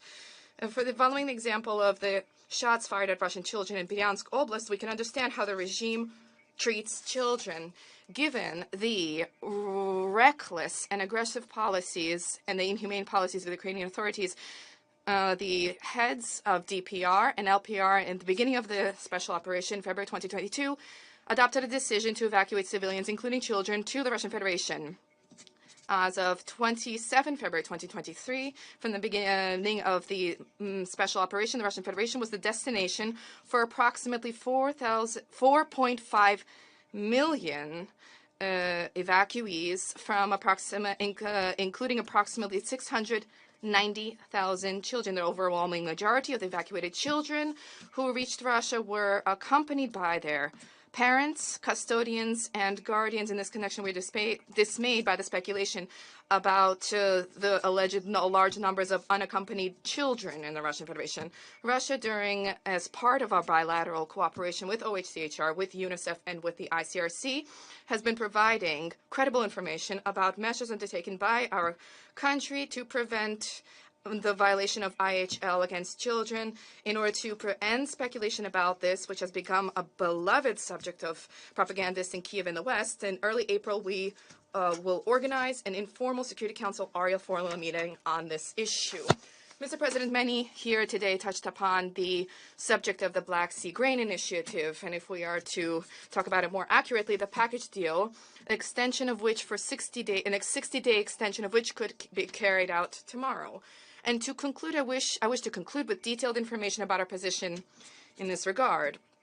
On 22 July last year in Turkey, two package, namely interlinked agreements, were signed. The first, at that point, was designed to address the humanitarian objective of providing food to starving people throughout the world. This was signed by Russia, Turkey, and Ukraine to export food and fertilizer through 3 Black Sea ports. The second package was signed between the Russian Federation and the UN Secretariat to help to facilitate Russian food products and grain reaching the global markets. And this specifically is what our colleagues, our Western colleagues, obstinately wish not to notice, avoiding even any mention of this in Council products. There's not an iota of a mention of this being made. Turning to the implementation of the so-called grain initiative, the purpose of which is to facilitate the export of grain from Ukrainian ports.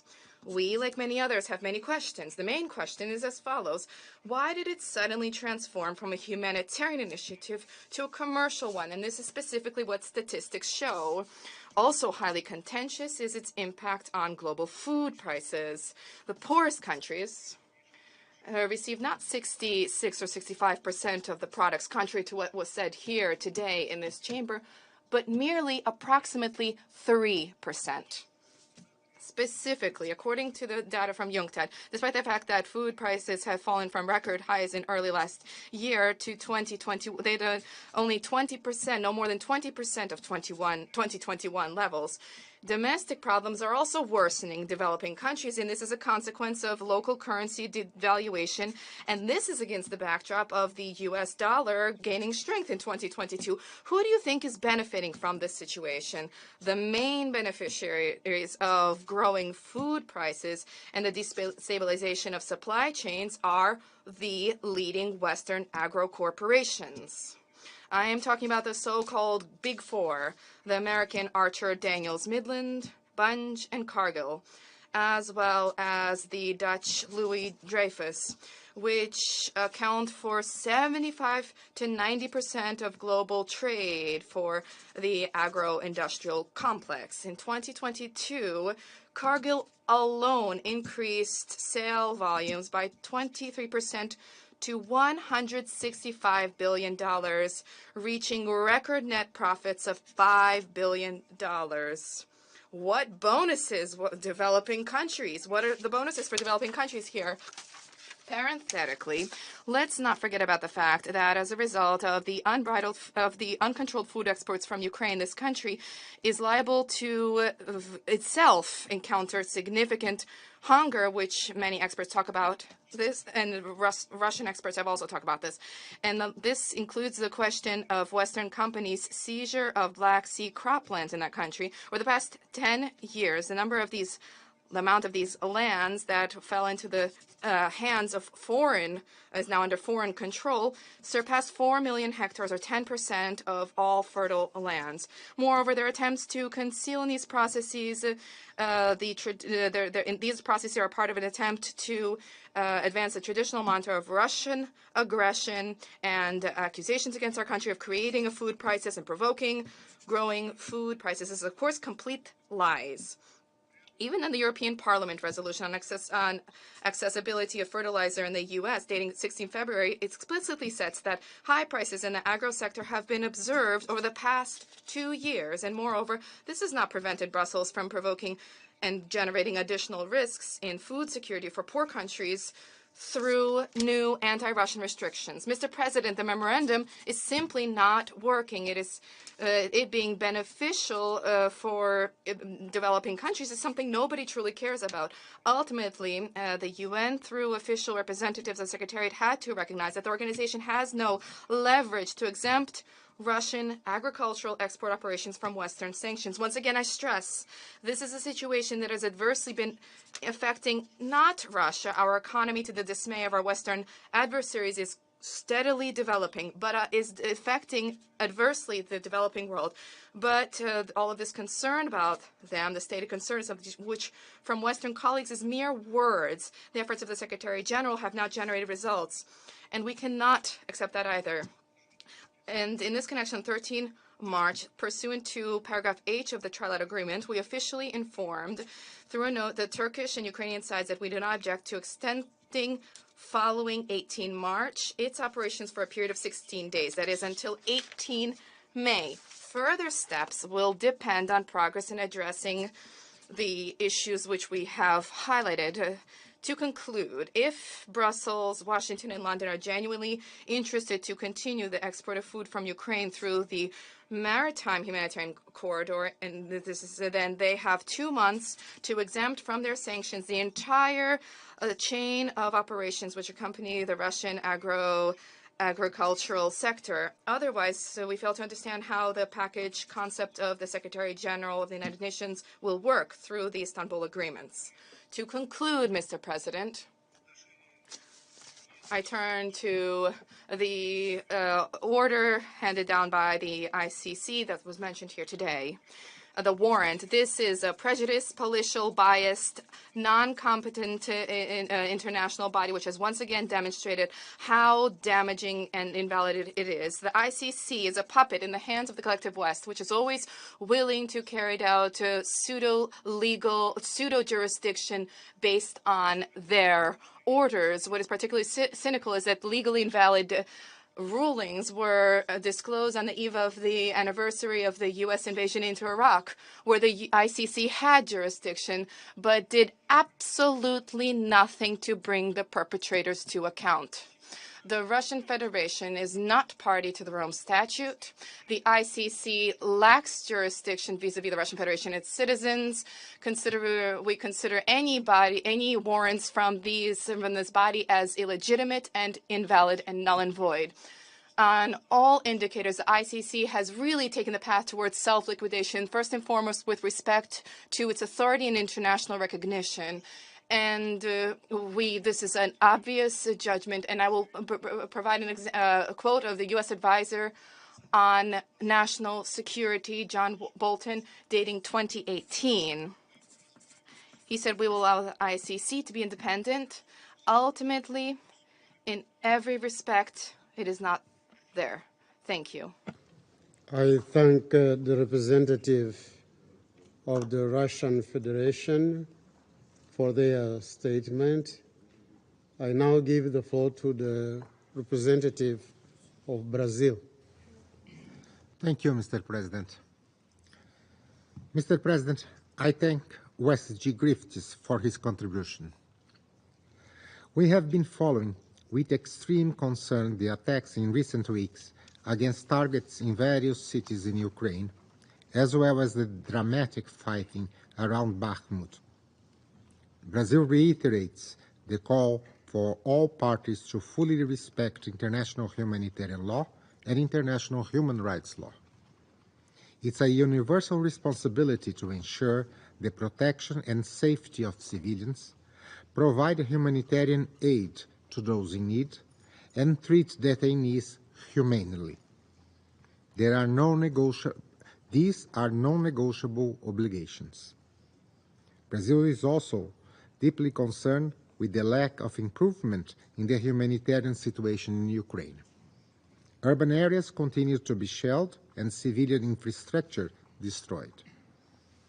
We remind both parties of these councils resolutions 2417/2018, which indicates our obligation to spare civilian objects and critical infrastructure for delivering humanitarian aid, and to ensure the proper functioning of food systems and markets. In order to put an end to this humanitarian crisis, it's necessary to seek pragmatic solutions. We urge all member states to pursue realistic ways to achieve peace. Protecting human life and safeguarding human dignity must always come first. In this regard, we would like to mention 3 points. First, it's necessary to keep the channels open for dialogue. Insisting on military solutions, reinforced by unilateral sanctions, will not lead to an end to this conflict. Dialogue is the way to de-escalate and build trust.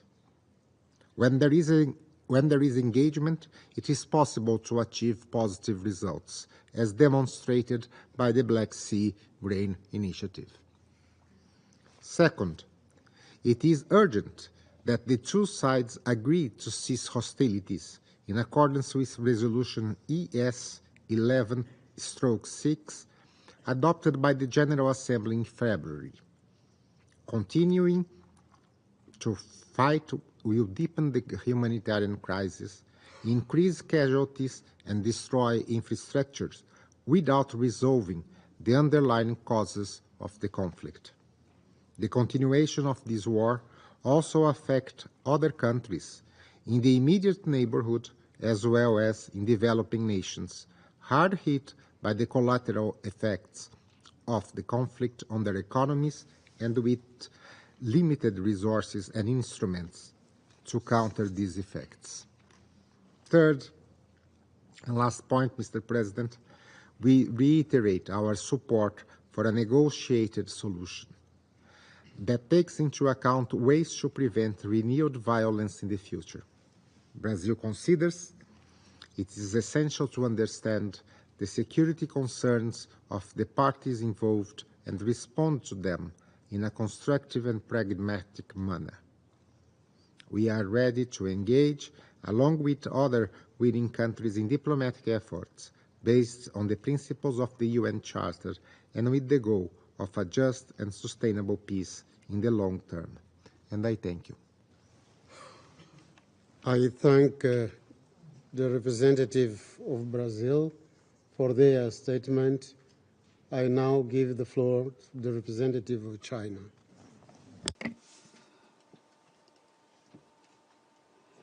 Mr. President, I thank USG Griffiths for his briefing.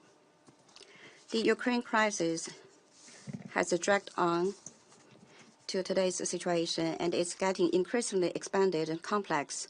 The humanitarian situation continues to deteriorate. The prospect for peace remains elusive. China is deeply worried about all of these. Conflict and war benefit no one.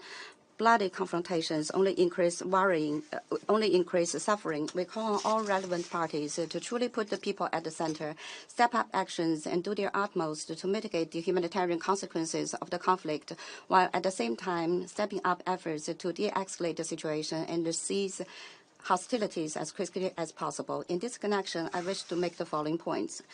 First, the basic norms of international humanitarian law must be earnestly observed. Under any circumstances, the protection of civilians must come first. Parties to the conflict must avoid attacking civilians and civilian facilities. Ensure the normal functioning of key public services such as energy, healthcare, and education. Protect the victims of the conflict and respect the basic rights of prisoners of war. All parties to the conflict should stay rational and exercise maximum restraint and avoid actions that endanger the safety and security of nuclear facilities to minimize the risk of accidents. China supports IAEA in fulfilling its safeguards functions and playing an active role in promoting the safety and security of nuclear facilities. China will contribute 200,000 euros through IAEA to technical assistance to Ukraine on nuclear safety and security. Second, every effort must be made to maintain the scope and intensity of humanitarian relief. Since the outbreak of the conflict, the affected areas have seen a severe material deprivation and a serious shortage of water, electricity, and heat supplies. China has provided multiple batches of emergency humanitarian aid to Ukraine and developing countries affected by the spillovers of the crisis.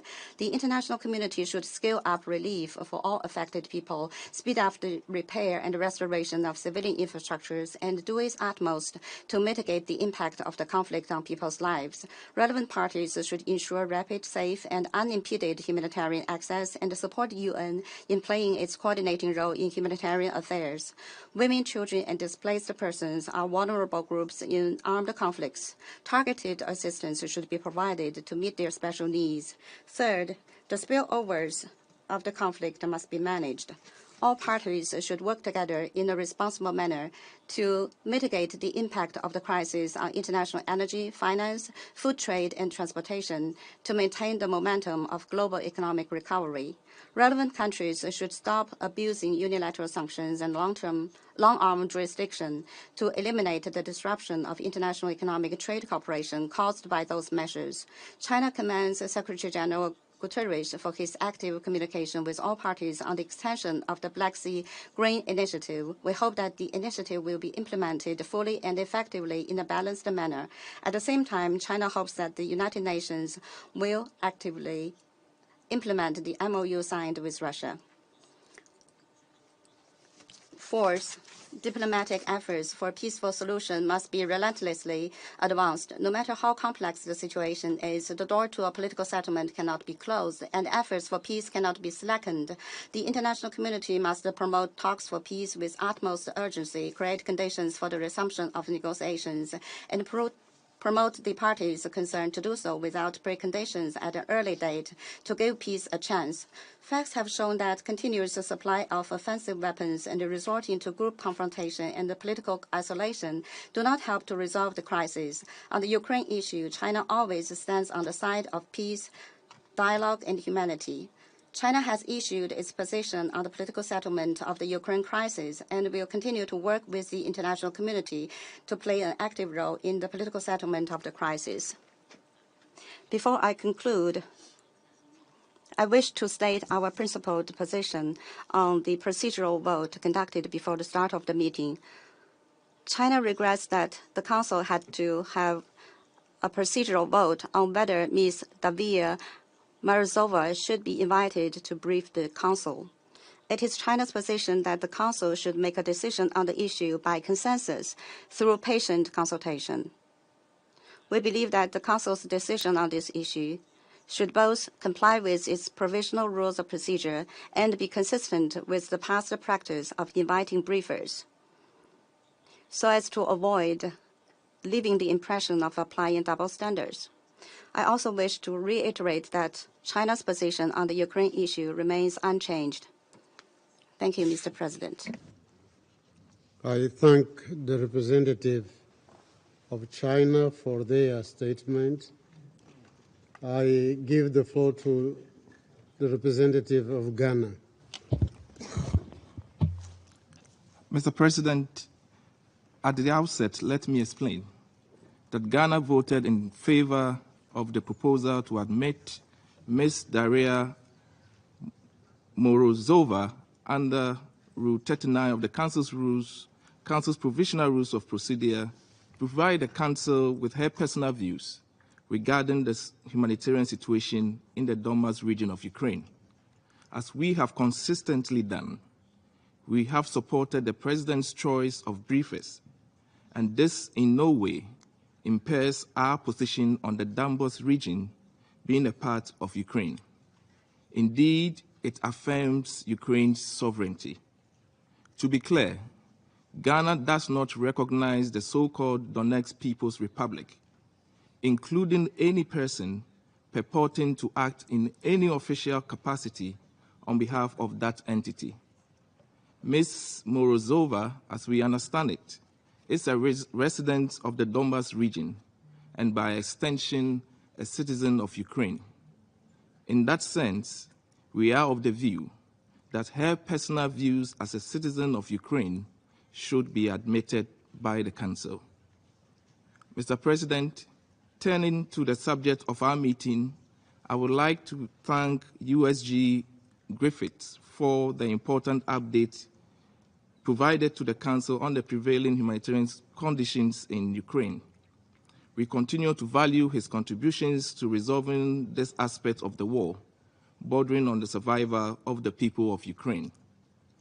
Ghana continues to be deeply concerned about the overall humanitarian situation and in particular the plight of innocent civilians caught in the crossfires of intense combat raging across several cities in Ukraine. If the contestation in Bakhmut, Odessa, Donetsk, Kharkiv, and other front lines share anything in common, it is the fact that we see rising casualties and further destruction. They have impaled energy infrastructure of Ukraine. The already impaled energy infrastructure of Ukraine continues to be pummeled with no regard for the needs of the civilians who rely on it for their survival, especially during this winter season. While the destroyed infrastructure can't be rebuilt, the destruction in the minds and hearts of the people, hidden from our eyes, is perhaps worse than we have imagined. They may never be restored from the deep loss and trauma of this brutal war. It is for this reason that we remain supportive of initiatives to provide mental health care and counseling support for Ukrainians affected by the war, especially children. UNICEF reports that despite the grueling impact of the war on the 7.5 million children in Ukraine, they continue to show tremendous resilience for survival. We must do all that lies in our power to bring an end to the scourge of the war on their lives.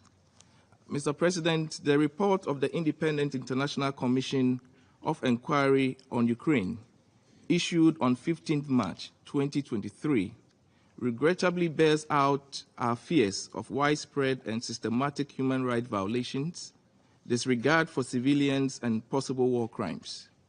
We note the report as an important contribution to international efforts aimed at ensuring accountability for the horrendous crimes being committed in Ukraine.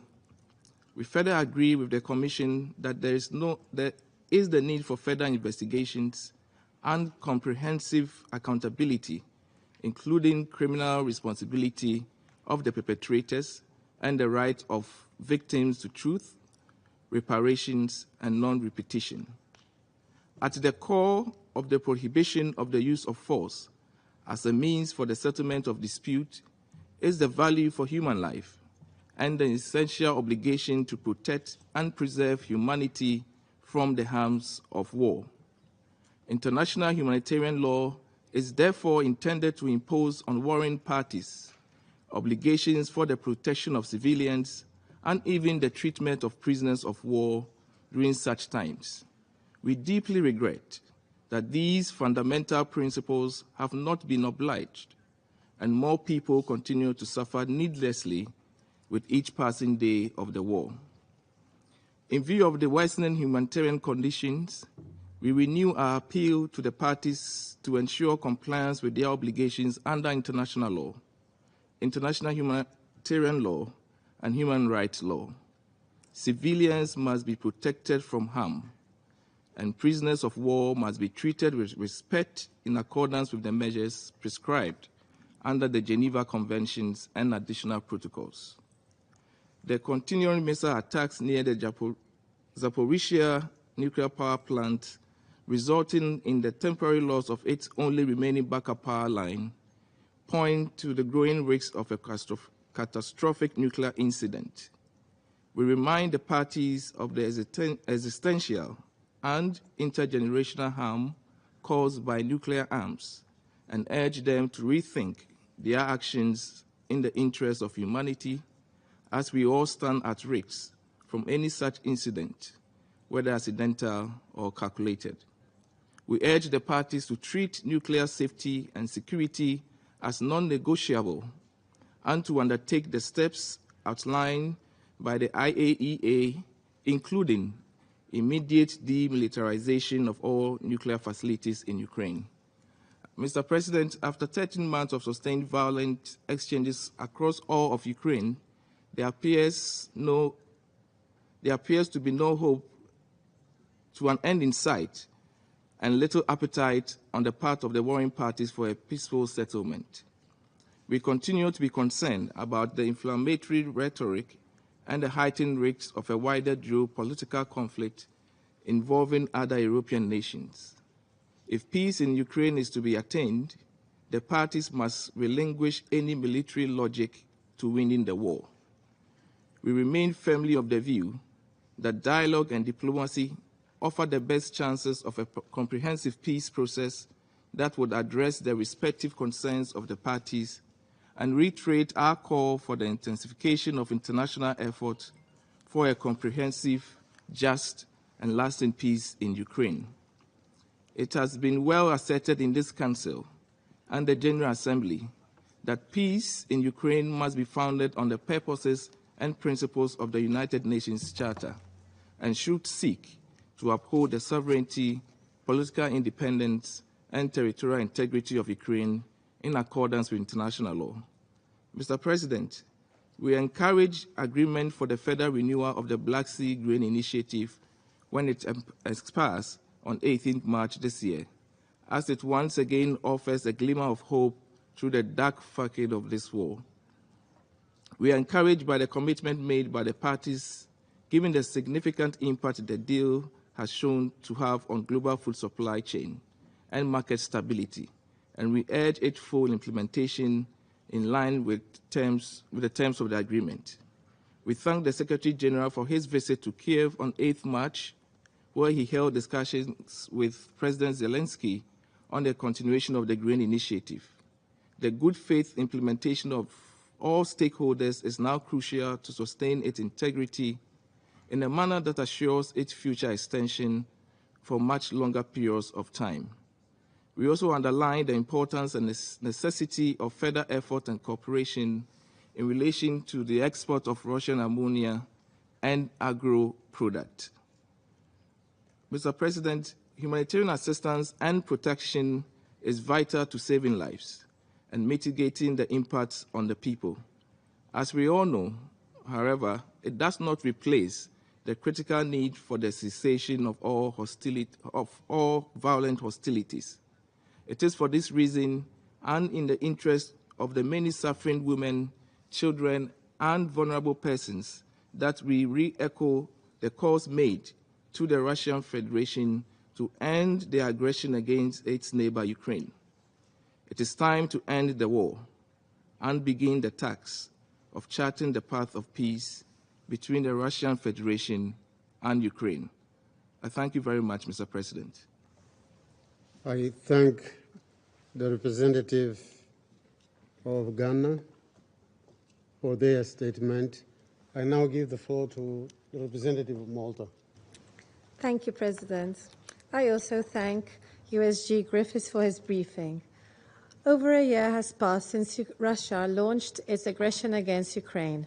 This gross violation of the UN Charter and international law has led to yet another man-made humanitarian catastrophe. Today, the war threatens not only Ukraine and the region, but millions of people across the world. President, as we have heard, over 17 million people, nearly 40% of the population of Ukraine, require humanitarian assistance and protection as a result of this war. More than 8 million Ukrainian refugees have been recorded across Europe. 5.4 million people have been internally displaced. We have all witnessed the humanitarian consequences of the systematic use of missiles and drones to attack civilian objects and infrastructure, indispensable to the survival of the civilian population across Ukraine, not least in Tuesday's missile strike on an apartment building in Kramatorsk. Such attacks have left millions without power, heating, and water for days in the middle of winter, compounding the hardship for the most vulnerable caught up in this fighting, especially those in areas close to the front lines and outside the control of Ukrainian authorities. Furthermore, we have also seen the horrific effects from the use of explosive weapons with wide area effects in populated areas, with town squares and residential apartment blocks reduced to rubble. Malta once again calls on the Russian Federation to cease such attacks, which constitute a violation of international law. President, the devastating impacts of Russia's war on children, women, and men will be felt for generations. We condemn the pattern of international humanitarian and human rights law violations related to the use of sexual violence as a weapon of war. Malta also deplores the unlawful transfer and forced deportation of out of Ukraine of more than 6,000 children. Such actions constitute war crimes. In this regard, Malta supports the International Criminal Court's efforts to ensure that all those involved in violations of international humanitarian and human rights law are held accountable. In addition, we welcome the important work being carried out by the Independent International Commission of Inquiry on Ukraine and support the idea of establishing a register of damages as a record of evidence and information on claims for damages, loss, or injury caused by Russia's war of aggression against Ukraine. Such initiatives will support the much-needed reconstruction of civilian infrastructure destroyed in Ukraine over the past decade as a result of the conflict. President, Malta is concerned that many of those in desperate need of humanitarian assistance are enabled or prevented from accessing the services they need. We commend the work of the UN, its partner agencies, and all humanitarian organizations working in such dangerous situations, and appeal for the full facilitation of humanitarian access and operations throughout the country, especially in the areas along front lines. Malta highlights the importance of the continuance of the Black Sea Grain Initiative. This initiative has allowed the export of tons of grains and other foodstuffs. Prolonging the agreement is crucial for the stability of international prices and for the continuous flow of grains, helping people worldwide struggling to put food on their tables and support farmers whose incomes have plummeted because of the war. Additionally, we reiterate our call for unimpeded and repeated access to be granted to the ICRC for all Ukrainian prisoners of war. Malta recalls that under the Third Geneva Convention, all prisoners of war are entitled to receive regular visits from ICRC delegates. President, as the war in Ukraine begins to ramp up once again, we reiterate our call on the Russian Federation to immediately cease its hostilities and to withdraw all Russian forces from Ukraine's internationally recognized borders. More than enough lives have been lost, families torn apart, and civilians traumatized by a year of carnage. Let us see de-escalation and dialogue in the days and weeks ahead, rather than this continued cycle of death and destruction. Thank you. I thank the representative of Malta for their statement. I now give the floor to the representative of the United Kingdom. Thank you, President. I also thank USG Griffiths for his briefing today. President, today, over 21 million people need humanitarian assistance as a result of Russia's full-scale invasion. This is over 50% of Ukraine's pre-war population. Of these people, over 5 million are displaced internally, and another 8 million have fled to Europe as refugees. This is the most significant displacement seen anywhere in the world for decades. In areas under Russian control, approximately 4 million people are in acute need of humanitarian protection and assistance. And these figures demonstrate the devastating nature of Russia's actions in Ukraine. But we must not forget that behind every number in these millions is a person, a brother or a sister, a mother or a father, whose normal life has been destroyed by Russia's aggression. President, I will focus on the situation in Bakhmut. The city has been subject to near constant shelling, with civilian infrastructure such as schools, water, and energy and health facilities taking significant damage. There are not many buildings left standing, and the humanitarian consequences of Russia's brutal assault are extreme. Humanitarian assistance into the city stopped mid-February, when the fighting intensified and it became too dangerous for most aid to get in. Nearly 4,000 civilians remain, hiding in basements. These people are severely vulnerable, in particular children, persons with disabilities, and the elderly. Only a limited number of local volunteer groups have been able to distribute assistance, at great risk to their personal safety. We therefore call for unimpeded and sustained humanitarian access to the people of Ukraine, including in Bakhmut. Russia must stop denying access and must cease its attacks on critical infrastructure and residential areas. Ukrainians must be allowed to seek safety wherever they choose. President, as USG Griffiths made clear, the impact of Russia's actions are still being felt around the world. Commodity prices are up, and 345 million people face crisis levels of food insecurity, with close to 50 million one step away from famine. This is the global cost of Russia's actions. The United Kingdom strongly supports the efforts of the UN in partnership with Turkey to continue bringing Ukrainian grain to world markets. The Black Sea Grain Initiative is vital. The world needs Ukrainian grain. So everything should be done to tackle global food insecurity and ensure food assistance reaches those who need it most. We call on Russia to respect the terms of the deal and the latest 120-day extension. Finally, President, the United Kingdom is fully committed to holding Russia to account for its illegal actions in Ukraine. The International Criminal Court's announcement today is an important step for ensuring those responsible are held accountable. Barbaric atrocities have been committed during this conflict, including against children. It is right they should be independently investigated and those accountable face justice. Thank you. I thank the representative of the United Kingdom for their statement. I give the floor to the representative of the United States.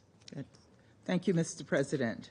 And thank you, Undersecretary General Griffiths, for your thorough briefing and for the UN's efforts to secure an extension of the Black Sea Grain Initiative. Colleagues, as Undersecretary General Griffiths clearly outlined, as long as Russia continues to blockade Ukraine's ports, the world needs the Black Sea Grain Initiative. The Black Sea Grain Initiative slashes global food prices. It calms market volatility. It ameliorates global food security. It saves lives. It must continue reliably and sustainably. The initiative must be allowed to operate efficiently. It must work at a pace that meets global demand. The delays imposed by Russia have already reduced the number of ships leaving port and increased transportation costs. We agree with what the Secretary General said during his visit to Kyiv 2 weeks ago. The initiative should enable the greatest possible use of Black Sea export infrastructure. Right now, only 3 ports are free to operate, while global food prices remain at historic highs. Ukraine's food exports are down by more than 1/3 from last year. Russia's war of aggression on Ukraine has already disrupted the global food supply chain and caused a spike in food prices, pushing many more into extreme poverty. The world needs this grain. It must flow freely. Since the beginning of the initiative, more than 24 million metric tons of grain and oilseeds have been shipped worldwide, including humanitarian aid through the World Food Program for the world's most food insecure people. During his trip to Africa this past week, Secretary Blinken saw bags of wheat, gifts from the Ukrainian people, that had been delivered to Ethiopia because of the Black Sea Grain Initiative. This is grain that can feed the world. This is the critical assistance that is at stake. We know, and the rest of the world knows, that Russia exports of food are at least as high as their pre-war levels. When we hear the Russian government say they're being held back from exporting grain, from exporting fertilizer, the numbers show it's just not true. And when it comes to sanctions, we have gone to extraordinary lengths to communicate the clear carve-outs for food and fertilizers to governments and to the private sector. Simply put, sanctions are not the issue. Beyond the Black Sea Grain Initiative, the Council must also focus on the continuing devastation and dire humanitarian needs caused by Russia's war in Ukraine. On February 15th, the UN announced that UN agencies and NGOs will need $3.9 billion to bring humanitarian aid to those inside of Ukraine. That doesn't include the additional $1.7 billion to support countries hosting millions of Ukrainian refugees. For our part, since the invasion, the United States has provided nearly $2 billion in humanitarian assistance to those in need in Ukraine and the region. And we have provided nearly $15.5 billion in direct budget support to the government of Ukraine through World Bank mechanisms. We plan to provide an additional $7.4 billion through September. We're doing our part, and we're asking the rest of the international community to do theirs. We should all dig deep, and we must do so without sacrificing a single cent to the many other urgent humanitarian crises around the world. Funding alone, however, is not enough. Security Council members must continue to demand unhindered humanitarian access across Ukraine, just as 141 member states did last month. And we must call out Russia's continued missile and drone attacks on civilians and critical infrastructure, and how these attacks are preventing humanitarian assistance from reaching areas temporarily occupied by Russia. Just last week, massive attacks destroyed residential buildings, electricity infrastructure, and railways, killing at least 11 civilians. This was also the 16th major attack on Ukraine's energy infrastructure in the last 5 months, showing flagrant disregard for nuclear safety. Russia's attacks have even resulted in deaths and injuries of humanitarian workers, and in particular, women and girls have faced scary, dramatic increases in trafficking and gender-based violence as they have tried to flee for their lives. Today, as we wrap up the Commission on the Status of Women, let us all commit to holding Russia's forces accountable for these atrocities. Colleagues, there is, of course, one way to instantly prevent further suffering. Russia can heed the demands of the UN and the world's member states to withdraw immediately, completely, and unconditionally from Ukraine. Until then, let us do everything we can to help the people of Ukraine and all those hurt by the fallout of this horrific, unnecessary war. Thank you, Mr. President. I thank the representative of the United States for their important statement. I now give the floor to the representative of Gabon. Merci. Thank you, Mr. President. I thank the Under-Secretary General Martin Griffiths for his enlightening briefing. A year of destructive warfare has already elapsed and no solution to the crisis is emerging on the horizon. Quite on the contrary, the escalation is continuing and is becoming ever more widespread on land and in the air. After a year, the cost of the war in terms of human and material losses increases every day and continues to worsen the economic situation in Ukraine and to render the prospects for Ukraine's reconstruction ever dimmer. The humanitarian situation, as a consequence, is constantly deteriorating.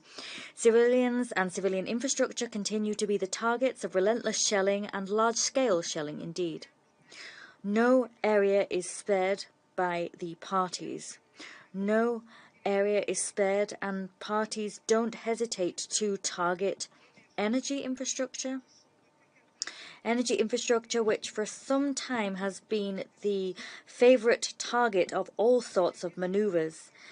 In recent days, increasing tensions around the nuclear power plant in Zaporizhia point to the fact that the risk of a nuclear accident remains a possibility which cannot be ruled out. We reiterate the fact that access to water, energy, and other essential public services must not be subject to any blackmail whatsoever. My country reiterates its condemnation of attacks against civilians and civilian infrastructure. All forms of attacks targeting innocent people, and in particular women and children, are also condemned by us, and we remind warring parties of their obligations pursuant to international humanitarian law. Even in times of war, human rights must be preserved. Mr. President, the meetings of this Council must focus on the search for a solution for the victims of the war in Ukraine, for more than 8 million refugees, 5 million internally displaced persons, and more than 17 million Ukrainians. Humanitarian aid must be found. Prospects for the future must be offered to Ukraine's young people, as well as to displaced families and to the thousands of children whose lives and education have been turned upside down. It is patently clear that the war is dragging on. Moreover, disastrous international consequences are clear in terms of price spikes of consumer goods. Certain countries have seen waves of protests and flare-ups in response to rising costs of living and shrinking purchasing power, which have gone hand in hand with rampant inflation. We call upon parties to renew the Black Sea grain initiatives for the period of time provided for by the initial agreement, and we express our support for the facilitators for their constant engagement. We welcome and encourage all efforts designed to lift all obstacles to the full and complete implementation of the agreement for the benefit of all parties. We have taken note of the recent UNCTAD report and of the FAO's assessment regarding grain exports headed to developing countries and their effects on the global grain price index. The conclusion of the BSGI remains a glimmer of hope and a potential anchor to which broader initiatives can cling, broader initiatives that is likely to forge a path towards the cessation of hostilities. We will continue to urge all parties to preserve this acquis. Mr. President, I reiterate my country's repudiation of war and of all use of weapons of mass destruction, of the use of all methods of warfare designed to spread fear and to cause pointless suffering to civilians. My country expresses its support for and encouragement to humanitarian personnel working in combat zones and in the countries hosting refugees for their remarkable work and their tireless efforts to bring a little bit of humanity back to the daily lives of those who, as a result of war, have lost all sense of orientation. We call upon all parties to commit to peace by way of a candid and direct dialogue. Parties must refrain from using unilateral actions likely to shrink negotiation windows. My country continues to believe that the only solution is a political one and that peaceful coexistence is the ultimate goal to reach. Thank you. Thank the representative of Gabon for their statement. I shall now make a statement in my capacity as the representative of Mozambique. I begin by thanking ESG Griffith for his important briefing. I wish to recognize the presence in this room of the distinguished permanent representatives of Denmark, Lithuania, Ukraine, and the European Union. Distinguished Council members, as we enter the second year of the Russia-Ukraine conflict, the humanitarian toll keeps mounting, the prospect for peace keeps receding, and the resources needed to alleviate the human suffering keep multiplying. Mozambique strongly believes that the best and the most effective support the Council can lend to the humanitarian efforts in Ukraine is by stepping up efforts to bring this conflict to an end. Our own experience in Mozambique shows that there is no humanitarian solutions to the humanitarian problems. Only political, negotiated solutions can solve humanitarian problems. Mozambique notes, however, that notwithstanding our repeated calls for dialogue and appeals to the parties to return to the negotiating table, little or no progress has been registered in the direction of peace, nor have been heeded our repeated warnings about the increasing spillover effects of the conflict to other parts of the world, as well as the ever-present danger of strategic miscalculation. We have said that the conflict is constraining the ability of the humanitarian community to master an appropriate and rapid response to other challenges throughout the globe, be it an earthquake in Turkey or a cyclone affecting countries like Mozambique, Malawi, and Madagascar. We welcome the goodwill expressed by some members of the international community to facilitate, mediate, and promote peace initiatives with the consent of all parties and in good faith. We have argued on several occasions for the parties to seize and build upon the few signs of goodwill shown during the conflict, such as prisoner exchanges and the Black Sea Grain Initiative, to de-escalate the conflict. However, we must concede with realism that the more than 22 Council meetings dedicated to Ukraine alone since 2022, the multiple warnings and offers of mediation have so far not yielded any positive and concrete momentum towards peace. Distinguished Council members, it is high time for us to redouble our efforts towards concrete and pragmatic steps to end this conflict, while incrementing the humanitarian assistance. The Black Sea Grain Initiative, aptly described by Mr. Griffith as a beacon of hope against a bleak backdrop, and in our view, a rare bright spot of multilateral diplomacy, expires tomorrow, and we hope it will extended forthwith.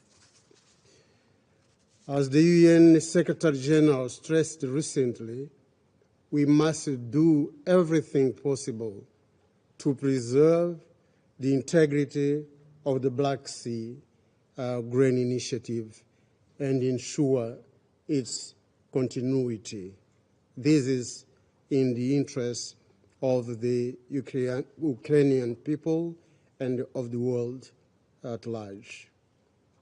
We urge, once again, all involved parties to set aside their differences and allow the extension and possibly the indefinite rollout of this life-saving arrangement, essential for countries such as mine, who are already dealing with acute and imminent threats to food security. Mozambique believes that the unity of the Council on this issue is essential. I thank you. I now resume my function as President of the Council. I now give the floor to the representative of Ukraine. Thank you, Mr. President.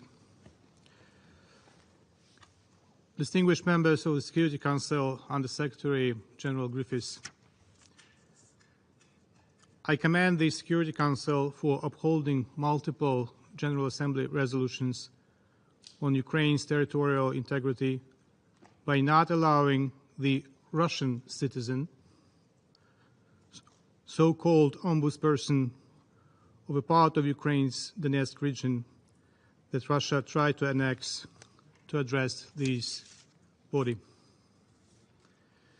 We thank Under Secretary General Griffiths for his briefing, which highlighted once again the devastating humanitarian impact of the Russian aggression.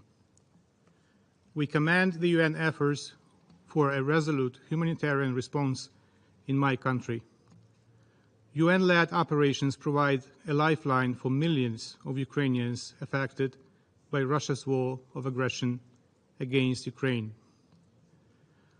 We also appreciate that the Secretary General, while visiting Kiev on the 8th of March, clearly confirmed the UN commitment to work hard to mitigate the impacts of war until a just peace can be attained.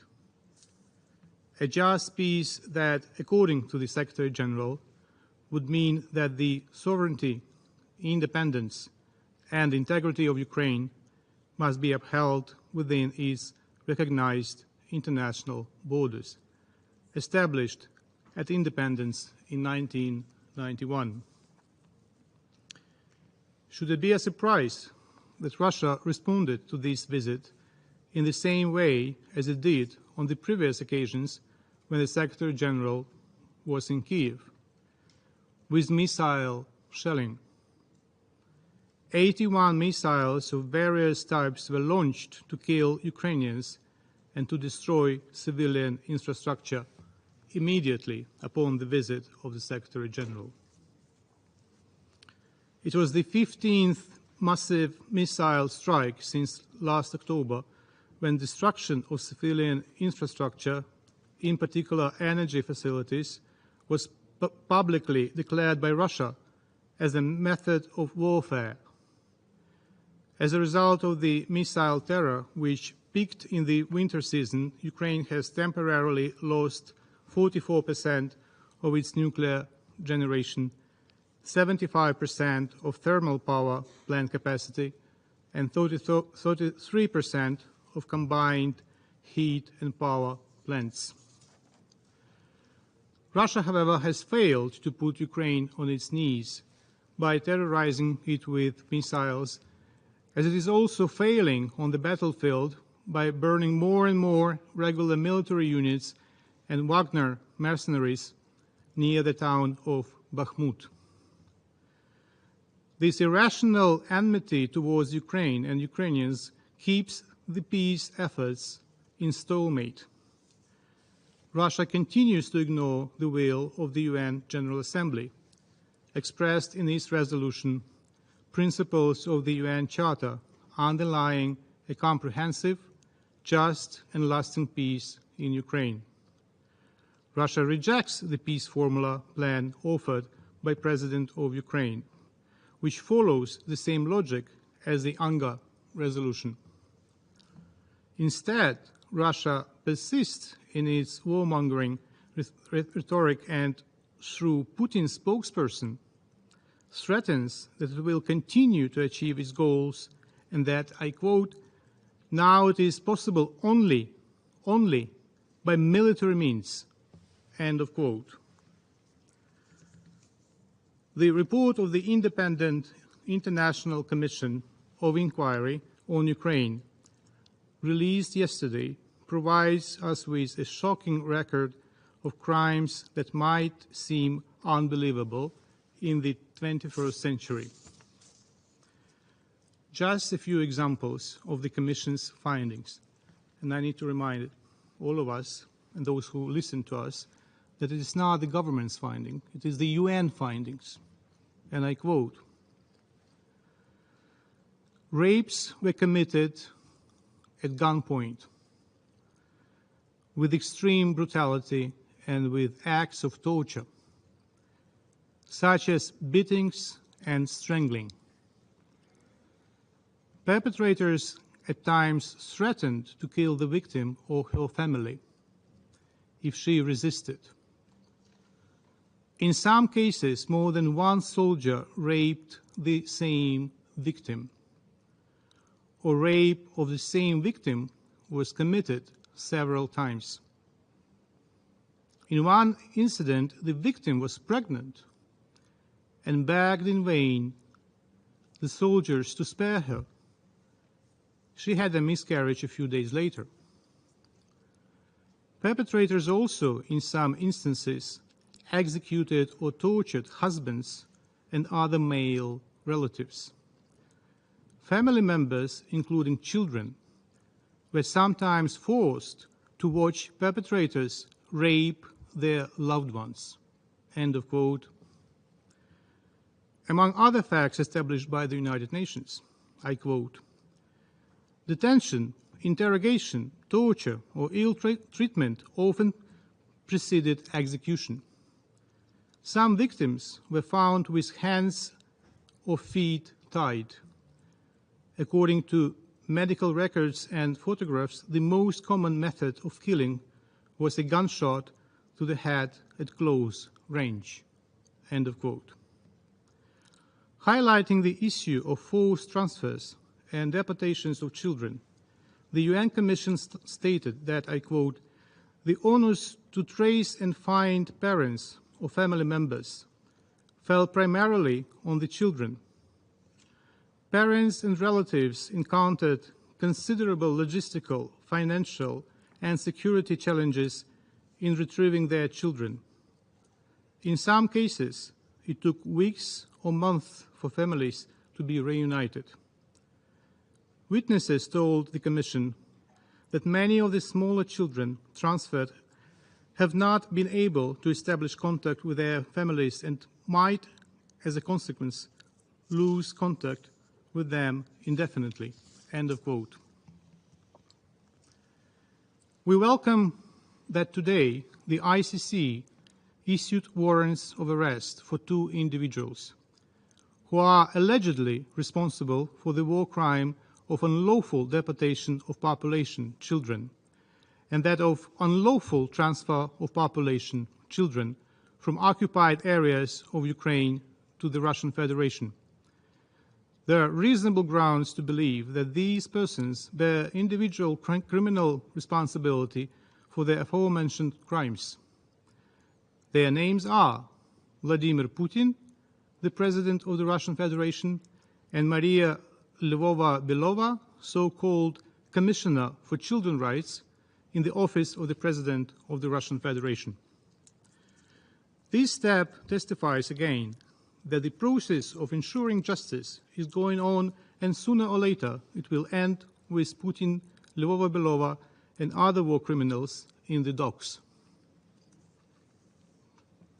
Mr. President, Russia's war has taken a terrible human toll, leaving tens of thousands of civilians killed, injured, or maimed.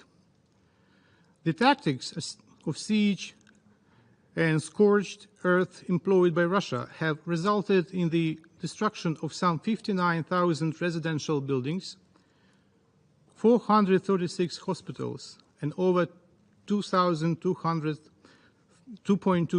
educational institutions. These numbers do not include the temporarily occupied areas, in which the real level of destruction is much higher. As Russia's attacks are mounting, 17.6 million Ukrainians, or about 40% of the population, remain in dire need of humanitarian assistance. Mr. President, the increasing level of landmine contamination of Ukraine constitutes another grave threat for the people of Ukraine. The Russian war of aggression has turned Ukraine into one of the most mine-contaminated countries in the world. In total, according to the State Emergency Service of Ukraine, the territory of Ukraine that is considered to be contaminated is about 174,000 square kilometers, or 30% of the entire territory of our country. The Russian forces in Ukraine widely use anti-personnel landmines and cluster munitions that they plant mines on civilians' roads, pathways, residential areas, and agricultural fields. Nearly 50,000 square kilometers of agricultural land are currently unsuitable for use due to the mines and explosive hazards or armed hostilities. Even under these extraordinary circumstances, Ukraine has fulfilled its obligations for the Grain Export Initiative, which alleviates the food crisis in the world and prevents many new crises around the world. Since August the 1st last year, 814 vessels have exported 24.4 million tons of Ukrainian food from the ports of Odessa to Asia, Europe, and Africa within the framework of the Black Sea Grain Initiative. This volume could have been significantly higher if it was not Russia's policy of delaying the inspection of vessels. Due to the shortage of the new fleet and the queue in the territorial waters of Turkey, the export of foodstuff by the grain corridor does not exceed 3.4 million tons per month. This is despite the ability to give the world 6 million tons of Ukrainian agricultural products. For example, only 149 inspections were carried out in February, despite there being 296 inspections planned for this month. In addition, as a result of these actions, there are constant queues of vessels, from 120 to 140 vessels, and Ukrainian ports face the problem of a shortage of new fleets for loading. Today, 86 vessels that are being sent for loading are awaiting inspection in Turkish territorial waters. The Black Sea Grain Initiative should be renewed after it expires on the 18th of March for at least 120 days, as it is foreseen, or for an unlimited period. Its coverage should be expanded to Ukrainian ports in the Mykolaiv region. Today, more than 30 countries and the EU joined the Grain from Ukraine humanitarian program launched by President Zelensky to help the poorest countries of the world with food. The program raised almost $200 million and sent more than 140,000 tons of Ukrainian grain to countries suffering from hunger. We call on all countries around the world who wish to make their contribution to global food security to join this initiative. Excellencies, yesterday Ukraine paid tribute to the victims of one of the most horrendous Russian war crimes. A year ago, Russian air bombs destroyed a theater in Mariupol, a building that was being used as a shelter and was clearly identified with the sign "Children." We still do not know the exact number of victims, and Russia did its utmost to mop up the traces of its crime as soon as Mariupol was occupied. Every day of the war, every day of the Russian presence in Ukraine multiplies the sufferings of Ukrainian people. The war must be brought to an end, followed by accountability for the aggressor.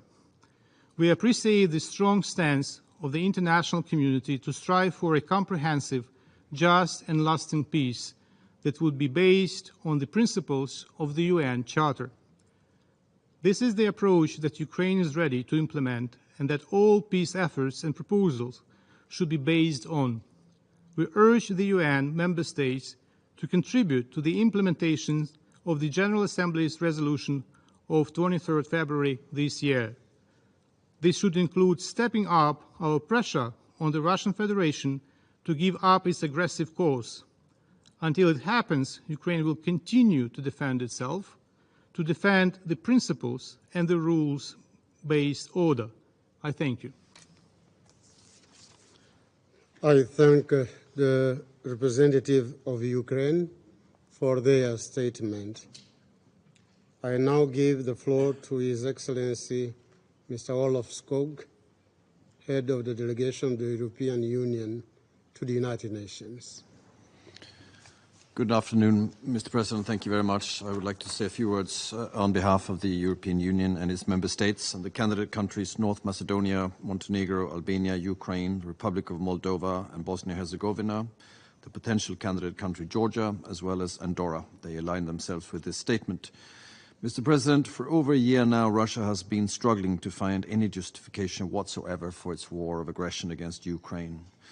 We are well aware of the toll that Russia's escalating aggression has, with daily missile strikes that are costing innocent lives of the people of Ukraine. We just heard living examples of that from the ambassador of Ukraine and from many of you around the table. And while the world is suffering from soaring food prices, Russia's war continues to hamper efforts to export Ukrainian grains. This must end. I will emphasize 3 points in my intervention. 1, the global consequences of Russia's full-scale invasion. 2, its systematic attacks against civilians and critical infrastructure. And 3, the need for a comprehensive, just and lasting peace. First, the war has disrupted agricultural production and trade and driven world food and fertilizer prices to unprecedented levels. We must all work together to address these serious consequences, and we welcome the Secretary General's engagement in this regard. We echo the plea made by 14 members around this Council this afternoon that the Black Sea Grain Initiative is renewed to provide the continuity and predictability needed by operators and to avoid discontinuation in shipments of grain to developing countries. The Black Sea Grain Initiative has been instrumental in bringing down global food prices, and it needs to run at its full potential. In addition to the Black Sea Grain Initiative, Mr. President, the EU solidarity lanes have allowed the export of more than 29 million tons of Ukraine's food and agricultural goods to the world. World Food Programme chartered vessels have transported over 480,000 metric tons of wheat through various Black Sea ports, including to Ethiopia, Afghanistan, Yemen, Somalia, and Kenya. Ukraine is also helping the ones in need despite the efforts of the war on its population. Through the Grain from Ukraine program, 175,000 metric tons of grain have been donated to countries in need. Many EU member states are proud to be part of this Ukrainian initiative. So let's be absolutely clear that it's Russia's war that has rocked the markets. Russia's fertilizer exports are exempt from EU sanctions. UN data clearly demonstrate that total export of Russian fertilizers to developing countries remained stable in volume in 2022 compared with previous years. Moreover, Russian revenue from fertilizer exports jumped by 70% in the first 10 months of last year compared to the same period in 2021, according to data from the UN Food and Agriculture Organization. Russia conveniently omits to mention its own export taxes and quota on both cereals and fertilizers.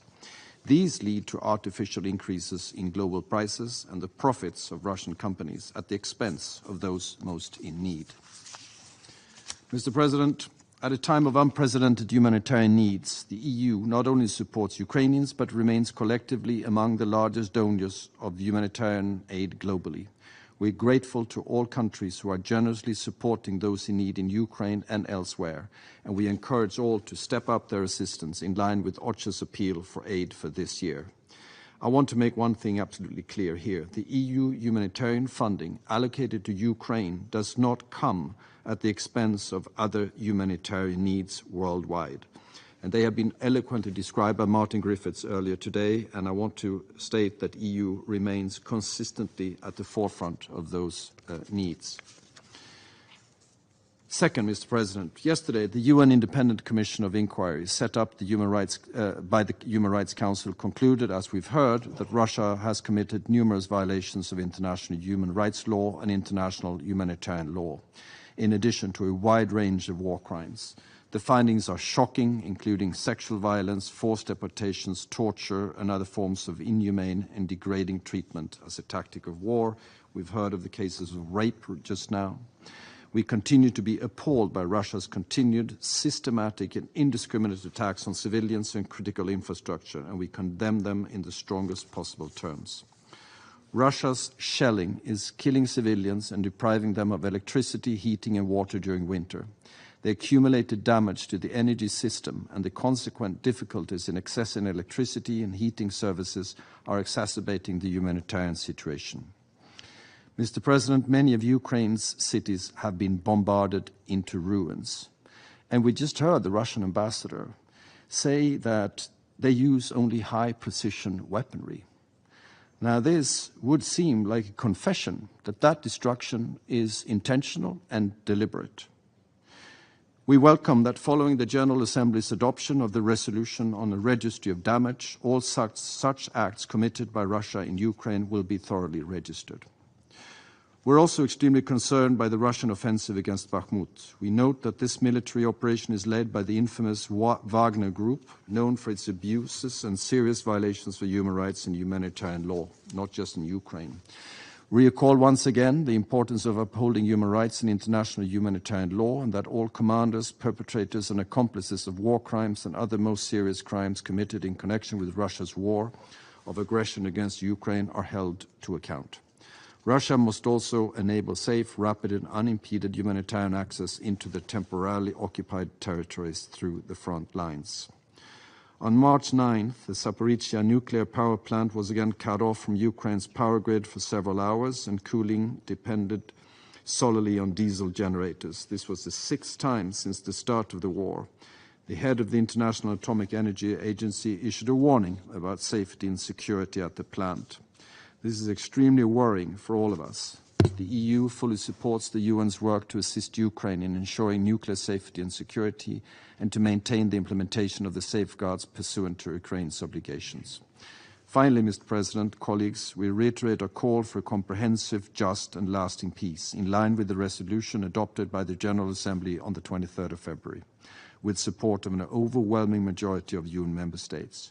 We express our support for the peace formula of President Zelensky, and we reaffirm our commitment to work actively with Ukraine on the 10-point peace plan. It's clear that the large majority of the UN membership, including the members of this Council, remain committed to peace in line with the UN Charter. But while the General Assembly once again called for a peaceful, long-term solution based on the UN Charter and the respect of Ukraine's sovereignty and territorial integrity, Russia continues, as in actually stepping up its offensive. We reiterate our call on Russia to immediately cease all hostilities and unconditionally, completely and immediately withdraw all its forces and military equipment from the entire territory of Ukraine within its internationally recognized borders. While Russia's war lasts, the European Union will remain steadfast in our support to the people of Ukraine for as long as it takes. I thank you very much, Mr. President. I thank His Excellency Mr. Skog for his statement. I now give the floor to the representative of Denmark. Mr. President, I thank Under-Secretary General Griffiths for his briefing. I have the honor to speak on behalf of the 5 Nordic countries, Finland, Iceland, Norway, Sweden, and of course my own country, Denmark. Mr. President, allow me first to express our condolences for the devastation caused by Cyclone Freddy to those affected in Mozambique, as well as in Malawi and Madagascar. We stand with you in solidarity, as we stand with the people of Ukraine.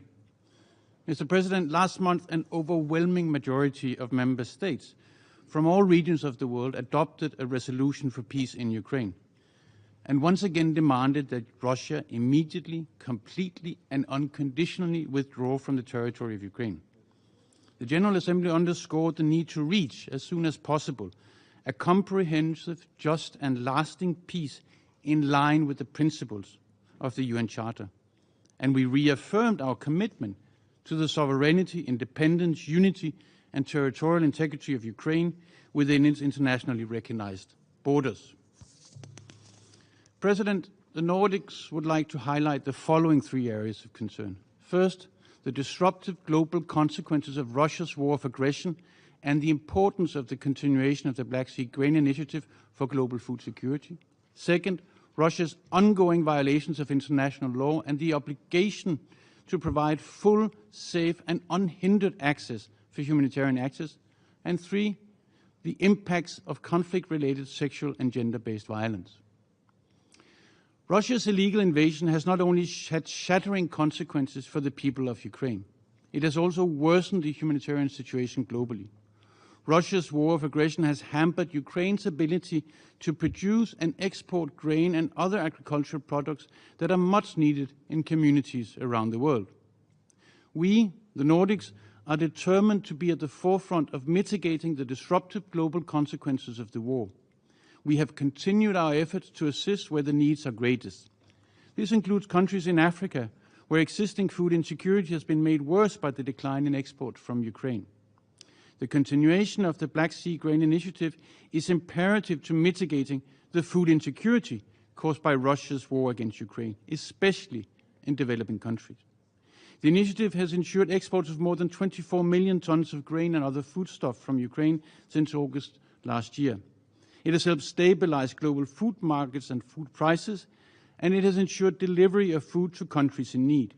We urge Russia to be part of a solution to ensure a 120-day rollover of the Black Sea Grain Initiative in line with the Istanbul Agreement.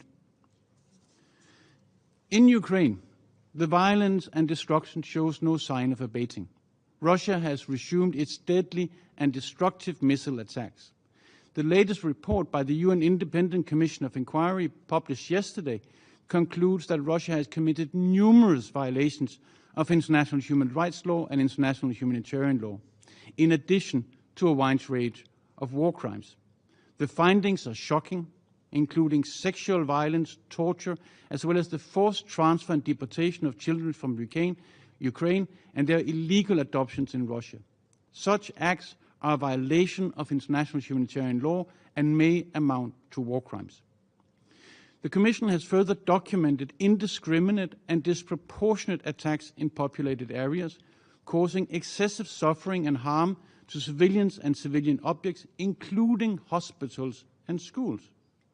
Russia's attacks on civilian infrastructure, including the systematic targeting of energy-related infrastructure, may amount to crimes against humanity.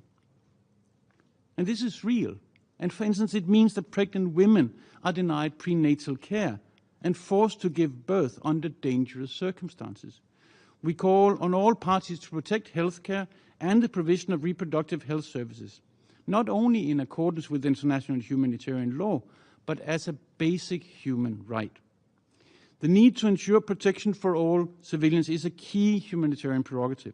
However, Russia continues to violate our agreed norms and rules of armed conflict.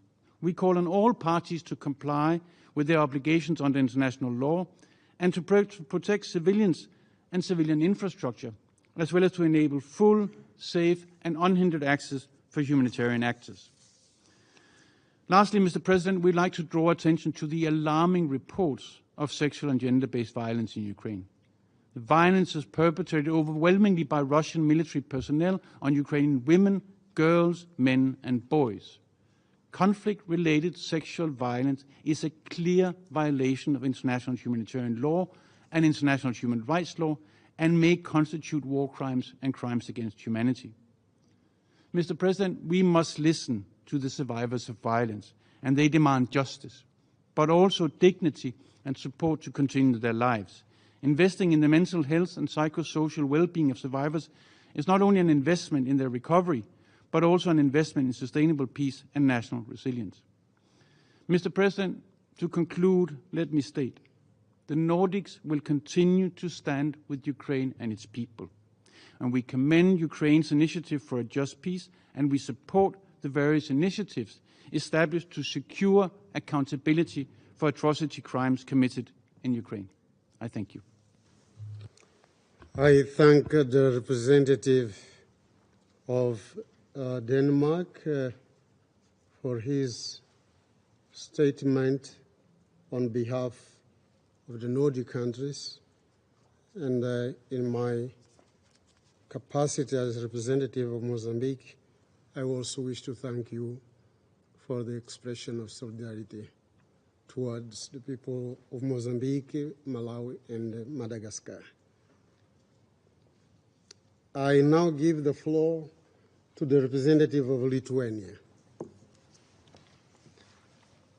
Mr. President,